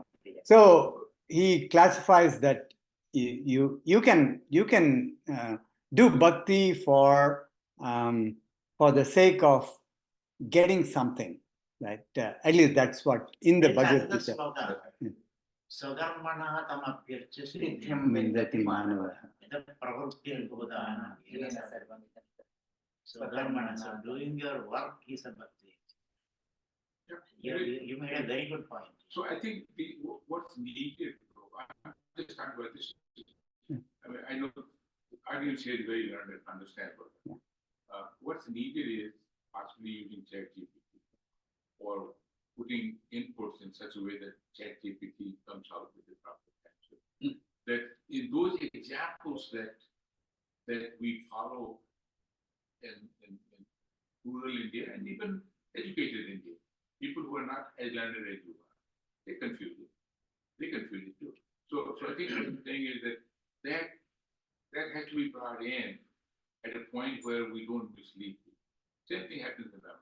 They will sit there all night, chant and do everything, and how Sita was abducted, and they'll cry, and you look at that and say, wow, these people are in it. The next day morning they get up and go back and start doing the same less than ideal things in life that they did yesterday. So the bhakti in some ways becomes a ritual by itself. Yeah. And that somehow we have to educate our masses, for that matter, even our children, that they're not confused. So, No, I think that's a great, great insight. Yeah. So wonderful. Thank you so much. In fact, I visited Hyderabad multiple times, but recently I have gone to Ramakrishna Math once again with Swamiji. So there is a special building built where Bhagavad Gita illustrated through the pictures. So, one of the artists and then many Swamis coming together giving the ideas. So maybe you should visit once, when you come to Hyderabad next, so that, and then it may give you more ideas. And then these probably will be so immensely useful for you all teachers when you teach the students. And another one which I loved yesterday was Krishna just, putting his hand over the shoulder of the modern man. I'm sure that's from ChatGPT. yeah, that's not It's so wonderful. Beautiful picture. Beautiful picture. No, that's striking. That's it. So awakening the Arjuna within that. So that's to. I'm sure. Were you impressed by that picture yesterday? Do you remember Krishna touching the modern man in tie and suit? So then there is so these things. Maybe if you could just make use of these more and more and make available to all the teachers, or get some ideas from them, the stories which Gurugalu said just now, the story of the farmer, flying. Yeah. So to continue that story, actually, so what happens, Narada, he befriends with this man, and then this man one day asks, you always go there into Vaikuntha and then I interact with Vishnu. Can you just see whether my name is there in the devotee list? Because I see this priest, he does so much of puja every day. And so I'm sure, so he's there in the list of devotees, but I'm not sure. So Narada comes back after a month, he says, yeah, you know what? This priest's name was there in the list of devotees. The devotees that like God. So are you sure my name wasn't there? He says, okay, a month later, again he comes, no, I just looked, it wasn't there. No, you know what, maybe I changed my name because I don't know whether my name, registered name is different. Like my name now, I don't know what my name is. My name was Dr Venkata Raju. When I came in, so here to US, he said, I can't fit this man in 3 years, so what can I cut? He literally asked me, tell me, what should I shorten? How should I shorten? Then I said, Nakta Venkata Raj. Then people had difficulty in saying, what is this Nakta? Nakta means night, nocturne. king of night, so, but anyway, so that, then I changed it to Venkata Raju. So that's the story. And then he says, I changed my name multiple times. Can I go just any of these names? It's not there. But then, next time when I go, I'll see something. I saw there was another kind of diary like register there, which is just next to Vishnumurti. I'll ask what that is. So then next time he goes and then he comes back. Yes, this is the list of devotees who like God. But Vishnumurti keeps a list of devotees whom he likes. And sure, you were there in that list, So that means that person was doing what a real bhakta, what Gopal Singh Ji, and then what the characteristics of bhakta which were mentioned in the 12th chapter. Starting from verse 13, Adveshta Sarvabhutana Maitra Karuna Evacha. So, and then it goes on. So, 8. So 7 verses. The last one is Palashruti. So, Bhakti Saptakam. I just named it as Bhakti Saptakam Swamiji. So, the 7 verses which talk about, and none of that mentions about the ritual aspect of it, how to live a life and then how to be in this world. So, now if you want to give that exercise, maybe Prasadji and you could do. Your idea was merged with your idea. So Sureshji wants you to divide into maybe 2 or 3 groups and then bring up one shloka that how you can apply in 8 aspects. If you want to, 5 aspects. So whichever you guys can please tell. Both of you. So I think we heard yesterday from Prasadji, which is like the project that he's talking about, which is our Gita project, right? And Gita is about, so this is one of the most common questions that we get from a lot of people, is that how does it apply to my situation? It may be in work, or it may be in family, it may be in community, it may be in relationship, we heard, or in career development. We heard all those different Leadership, communication, etc. Youth empowerment. Youth empowerment, women's empowerment, all these things.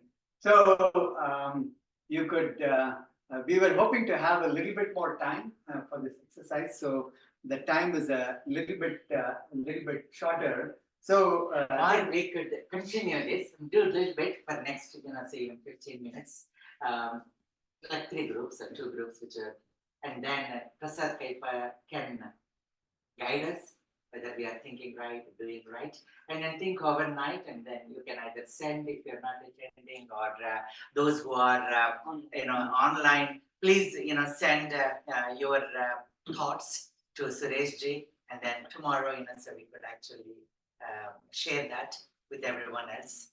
So think of that. So we have just few minutes here, but whole day until tomorrow. Okay, so you think of any verse from Gita that you can apply in any aspect of these, so 8 different. Can you repeat what are the 8 aspects? Leadership.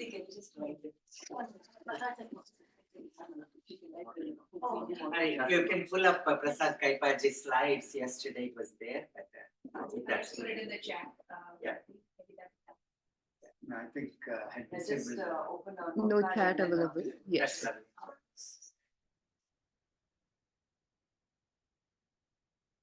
And I have 5 categories, and then Prasad Kaipaji say more categories.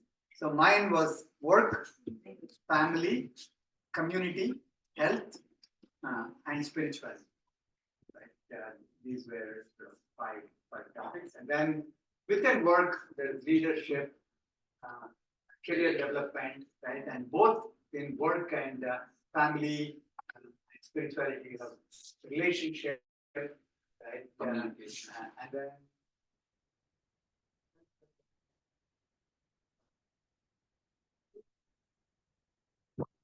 then women empowerment. So I think we have. Maybe Anish and Ashila can work on that youth empowerment and give us some ideas. Yeah, and if you don't know any, if you can't recollect some verses, so if you pick up from the bag that I kind of gave you yesterday, there are some examples here that you can also use. Right? So work is what Swamiji said, or health is the yukta ahara viharasya, things. And the goal is to be able to connect the verse to something concrete that you might do. And then Dr. Raju kind of suggested project, another new project for me. It's good. Please, I love this. So while you're thinking about that, I will just hear the project. Mindoji. My wife doesn't know that. I didn't suggest. No. No disclaimer. I think The name. No, he's been kind of telling me so many times that then I just gave this little structure to it. And yeah, go ahead, please. So while you have There's a slide. Yeah, there's a slide. I'll share that, so then you can. Maybe you can talk and then we'll end with the slideshow. Yeah, that one. Almost last one. So yeah, keep going forward.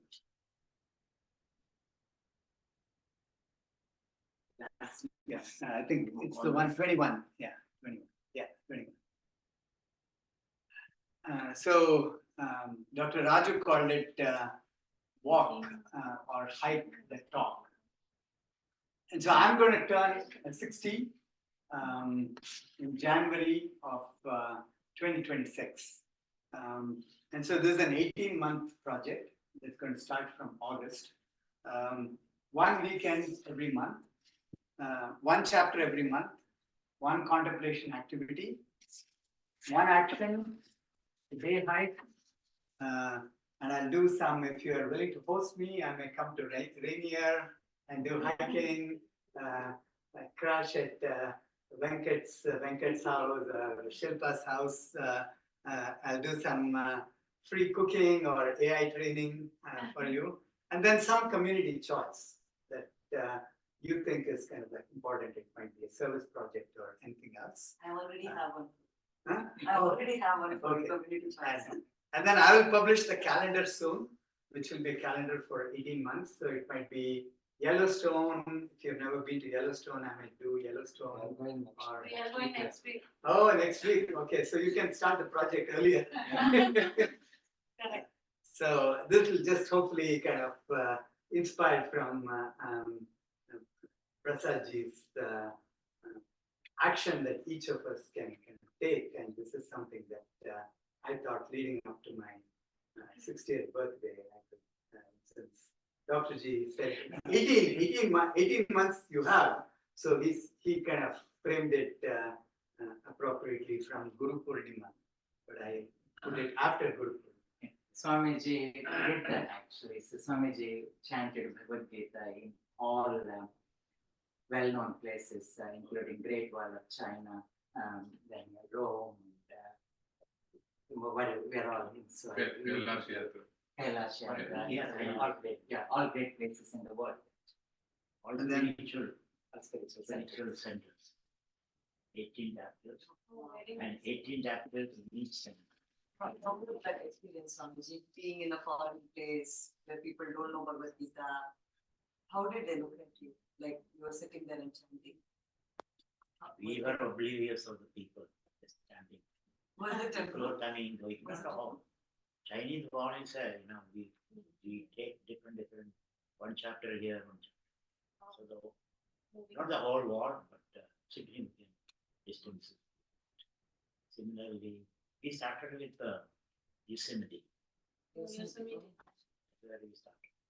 Then Lake Tahoe, Red Valley. Then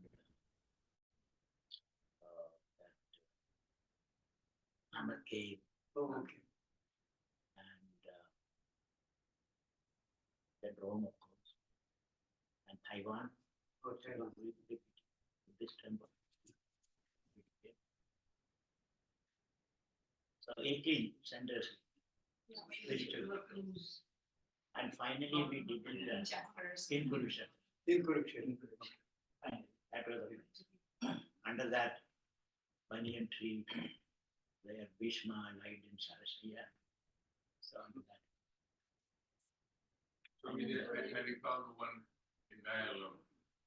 Nyalam When also. you chanted, it was rainy, it was Yes. frigid cold, water was dripping.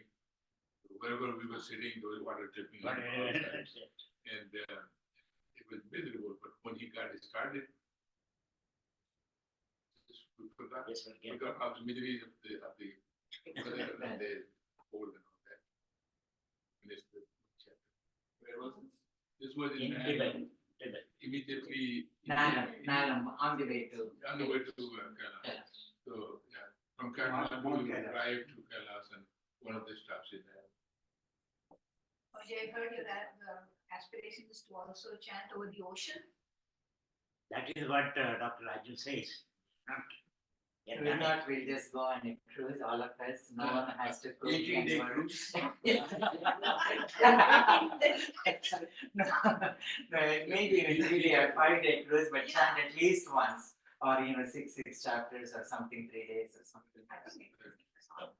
We can finish the whole in 3 hours. 3 hours. Yeah, The whole. phenomenal. We could even just take a ferry Ferry, from no? here to Yeah. SamYog Island. Yes. Yeah, it Let's is do just that. 2 We can hours. all Yeah. just So chat. next time, so we have all day, so tomorrow you can send these ideas, what, words inspired you, what is guiding you, and then what are these different aspects. So maybe, so when the mood is there, so next year, I know Venkata Garu and Shanti Garu, they are getting great Ganesha to their home. And then Swamiji instantly said, so this is such a beautiful, perfect place. Maybe we should do Ganesha Dharvashish. And this is a family who are actually learning Vedic Suktas, both of them. And then guess what? So they are learning the Suktas in Sanskrit, and then if there are any corrections needed, and that's done by Akhila, who knows Sanskrit. And then both of them, Akhil and Anish, it was a double delight yesterday to see them chanting, so Arati, so well with their pronunciation and then beautiful voice when Swamiji entered their house. So something, Ganesha Dharvashirsha, which is very dear to Swamiji. Not only just the chanting part of it, so whatever number of times depending upon the time, and but the explanation of that as well. So maybe 2 or 3 days Swamiji, whatever, so that's one thing. Then maybe 1-day cruise is the other thing. And we can plan something else, maybe for youth. So maybe we can at least now this is a beginning. This is a beginning, and then I'm sure there will be like-minded people, and then we can ask Kaikwaji, and then of course Gopalji and Kumlaji will be here. So I think it's a great thing to do, and then that's one thing. Now Swamiji might have done in the air anyway, multiple number of times. Like everywhere, on the flight, Bhagavad Gita, now on the ocean, Bhagavad Gita. So. And on the mountain also, if you go to Mount Yeah. Rainier, it will be so Beautiful blissful place. to You can go around and. yeah, we can, Yeah. we can. Okay, so then that's pretty good. Actually, say 8:25. Swamiji, then your concluding remarks. Yeah. Then, but tomorrow we'll start with so your inspired verses, and then there's no chanting tomorrow. So if you want to come a little early, 5:30 we can do, or at least sharp 6 o'clock we can do, and then end at 8:30. Sharp 6. So I don't want to be hard on anyone. So 6 to 8:30 again tomorrow. We could do that. Swamiji, you are concluding. Okay. So I was amazed by Suresh churning of Bhagavad Gita and putting the nectar, the butter out of Bhagavad Gita through chat GPT. It's a very great enterprise because we spend years to do that and identify the slogas with a particular chapter or title and all that. So ChatGPT has done it very easily and it's a great work you are doing. And now Bhakti, the meaning of Bhakti is Bhajasevayam, to serve. Bhakti means to serve, serving your parents, serving animals, or maintaining nature in its purity, or God, where you are giving. And when you give, you receive. You receive from whom you are given, or from others, or from within yourself. The experience of giving and receiving is really bhakti. The real meaning of bhakti is seva, to serve. Bhaja sevaya. It can also mean that great emotional fervor you experience when you hold your baby. Bhakti, that also is a bhakti, because Vatsalya bhakti. Or when you sit with your beloved without talking, looking into each other's eyes and creating that energy, that also is Shringara bhakti. Or you think of Krishna, his beautiful form, blue body, yellow robes, and then peacock feather, and the curl dancing on his forehead, under the tree, Arjun tree, or on the bank of the Jamuna, and the moonlight, and then he's playing on the flute.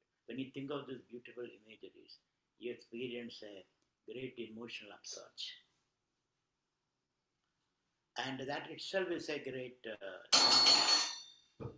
it gives you a sense of well-being, just contemplating on that beautiful form of Krishna. And you can retain that attitude, that energy while you are interacting with the world. And then you are understanding that Krishna is in everything. So when you see a tree or a bird or an animal or a river or a mountain, you are in the same attitude of peace and joy. And that also can be called. That's why Yomam Pashyati Sarvatra, Sarvancha Mai Pashyati, Tasyaham na Pranashyami, Sajamena Pranashyati. So Bhakti has got different dimensions and different meaning, and all of you emphasize the one aspect or other. Now, when Gopal Singh said that mere bhakti, mere that fervor is not enough, but you also have to be responsible doing actions and all that. So there also bhakti, doing your work as an offering to the Lord, as an instrument of the Lord, or without reacting the fruits of the work, taking it as a prasada, Ishwararpana buddhi and prasada buddhi. When you do your work, so some people say, I am so busy to do puja or meditate or think of Lord, or I am so busy from morning till evening. So whatever you are doing, whether driving, cooking, cleaning, scrubbing the floor, or doing your work, you are offering to the Lord. What do you mean by offering to the Lord? You don't react to the fruits or enjoy your work. You are doing Lord's work. So Bhakti has got a vast meaning in that, and sometimes just live in that joy throughout your life, like Meera. Meera just walked out on her husband and walked into the outer world on barefoot with her maybe some musical instrument or not even that, and she lived in that. And such people make the world pavani karo. Such people who can live in that emotional fervor all the time. Maybe a dopamine flowing into their brain. We don't know what exactly happened. Maybe some enzymes are working. And living in that, everybody may not be able to do that. They're specially chosen for that. So the moment you hear the word of Krishna, Krishna fills the whole universe, fills your mind, and you are living that forward. They may not be doing anything else, that also is okay. That is another way of living in the world. So bhakti has got different levels of meaning, and all of us are trying to explain various aspects. One definition of bhakti, as Raju said, the 12th chapter, Adveshta Sarva Bodhana, not hating anyone, malice towards none. I am incapable of hating anyone. That also is bhakti. Adveshta Sarva Bodhana, Maitra Karunaya Vacha. Not that you just don't hate, but you are friendly with others. An ability to be friendly with others. People who disagree with you, maybe bringing different ideas, can you be friendly without a tremor? Sometimes we may show that we are friendly, but there is a tremor inside. That will occur. Can you do that? Can you accommodate people with all the different Adveshta Sarva Bodhana, Maitra Karuna Evacha, and then you are compassionate also. Compassion means passion for all. Your passion embraces everything, not the focused passion, but defocused, all embracing passion. So Adveshta Sarva Bodhana, Maitra Karuna Evacha, Dharma Modara Hankaraha, Samadukka Sadashami. One who is even-minded in pleasure and pain, that he also is a Aniketa Stiramati, for whom the whole universe is his home, for her home. Aniketa. So he is not identifying with the one particular home, but he feels comfortable at home in all homes, wherever he is feeling comfortable. So that's another way of putting bhakti. And then it was said, Kleshodhigadarastesham, Abhyakta Saktajalasam, Abhyakta Higadirdukham, Dehavadhiravapide. As long as we are identified with the body, so long meditating upon the invisible divine form may be difficult. For that you need a certain preparation. Arurichormaneri yogam, karma karanam chite. So there you are not making a choice between the nirguna and saguna. That choice is not possible. What you are trying to do is that when you worship a Krishna Murti or a Salagrama, you worship the Salagrama, and the meaning of Salagrama expands. The Salagrama includes the whole universe and beyond it also. So you can continue to worship the Salagrama with a different understanding. For example, I see a woman and then I realize she is my mother, my whole attitude changes. I am seeing the same form, but my attitude is different. Earlier my attitude was different. So seeing the same thing, you can have different attitude towards that. So you don't have to remove the Salagrama. You can continue to see the Salagrama and then see the whole universe in that Salagrama. So that also is bhakti. So there are different meanings of bhakti, and different ways you experience bhakti. There is Hanuman's bhakti, Dasya bhakti. He will do anything for Lord Rama. People may question you, why do you do that? You act like a servant. Be a man, stand up, dude, they say. No, I find my pleasure. I find my fulfillment in carrying out Rama's wish. Rama doesn't have to even tell Hanuman. He knows. He knows what Rama wants. Maybe Rama himself may not know. Hanuman knows. This is what I have to do. So, and Rama approves. You did not ask me. I'm a little unhappy about that, but I approve that. You did it the best way I could do. So that Dasya Bhakti is there. Yashoda's Vatsalya Bhakti is there. Looking at God as a child. Innocence. Playfulness. That also you like it. That also can be. Or Arjuna's Bhakti. Arjuna can pull Krishna's feet sometimes.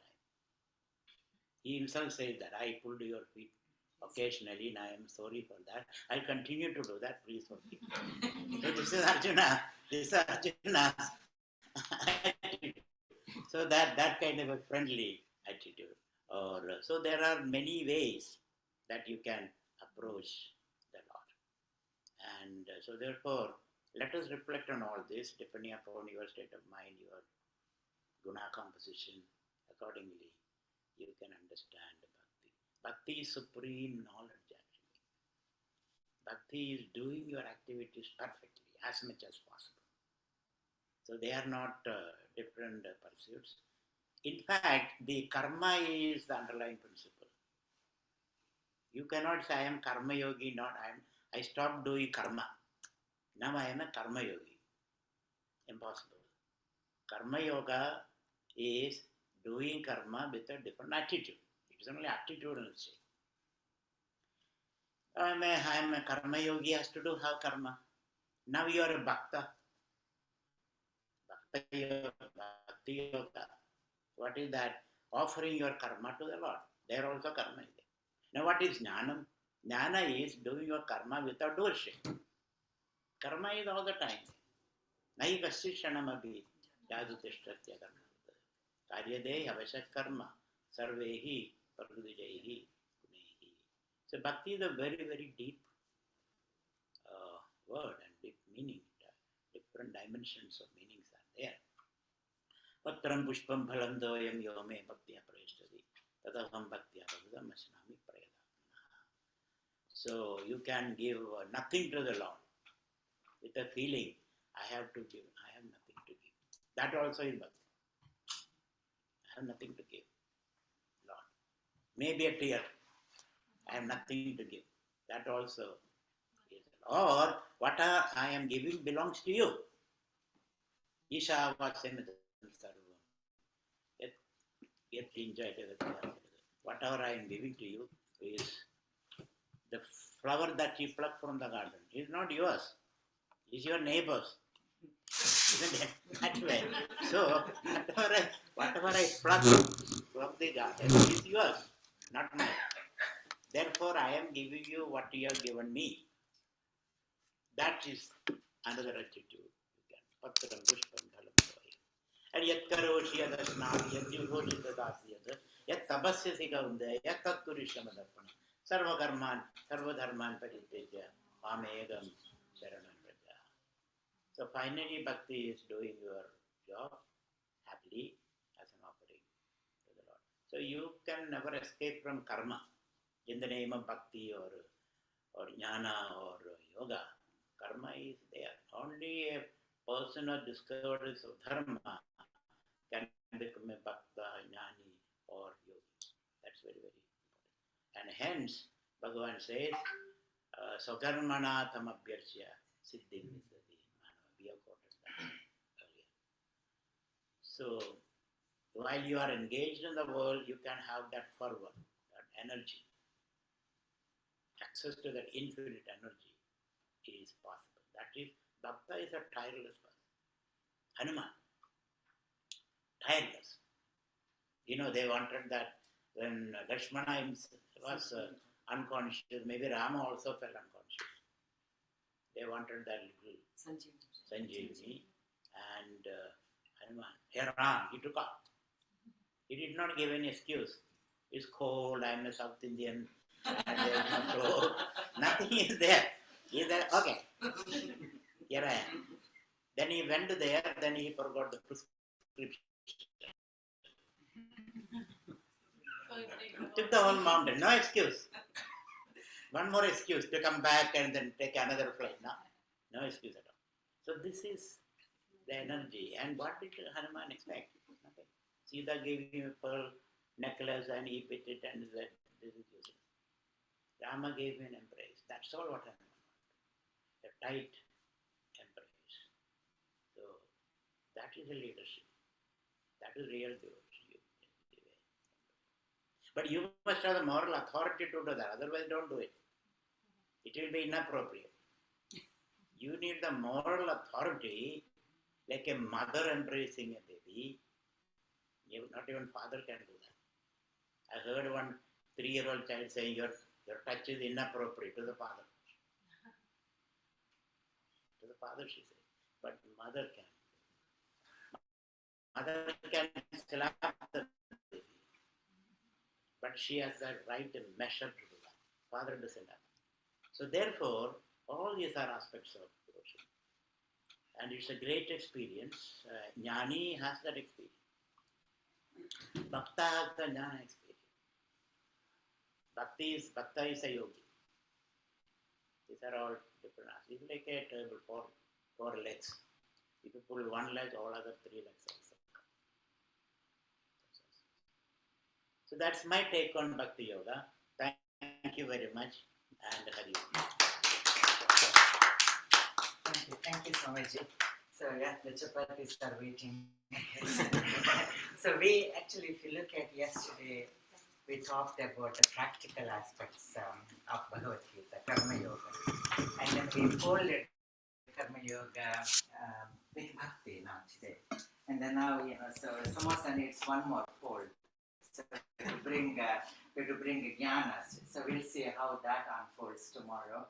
And so Bhagavad Gita sometimes I think has to be seen like a prism with three surfaces, three aspects. One side karma, second bhakti, and then third jnana. So you can see through from one side easily, so the two others, and then you can see through that. The base is, I think, dhyana, and the apex is the gamyam or the goal. So that's what I look at. So that's the goal. So like Bhagavad Gita has a prism with the three sides and the base.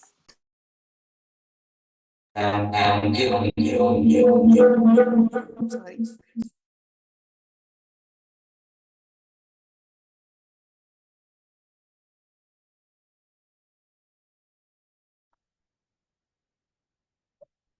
We are not able to hear Dr. G. Oh, I'm so sorry. Okay. So tomorrow same time. Tomorrow same time, 6 o'clock, and then we'll end at 8:30. And please do join online if you can't come in, and we'll talk about the jnana aspect, and we will have the same dinner here. And then day after tomorrow, we'll do Gita Parayana in the mandir. I'm so sorry. Day after tomorrow is a yoga day, and then Saturday morning is Gita Parayana. Okay. And then Suresh Ji, any comments for the housekeeping things? Yeah. So for those of you that are not joining in person, I'm going to list out the menu for today. So there is Bisi Bele Bhat, curd rice. Bisi Bele Bhat, curd rice. Then I think the laddus will have nuts. So if anybody is allergic to nuts, just skip the laddu. But you can have the bundi. No nuts in the bundi. And I think there's also poriyal, and so the Lord works in mysterious ways. So I just want to share the bhakti concept. So Dr. Raju and I went to this Indian store, and we were asking for some rotis, right? And then I accidentally said that, there is going to be some Gita workshop that we are needing this. And so there's this, we found this Bhakta, right? He is an old Gujarati gentleman. He said, every day you will have chapatis from me, right? Yeah. And so he is the Bhakta of Gita.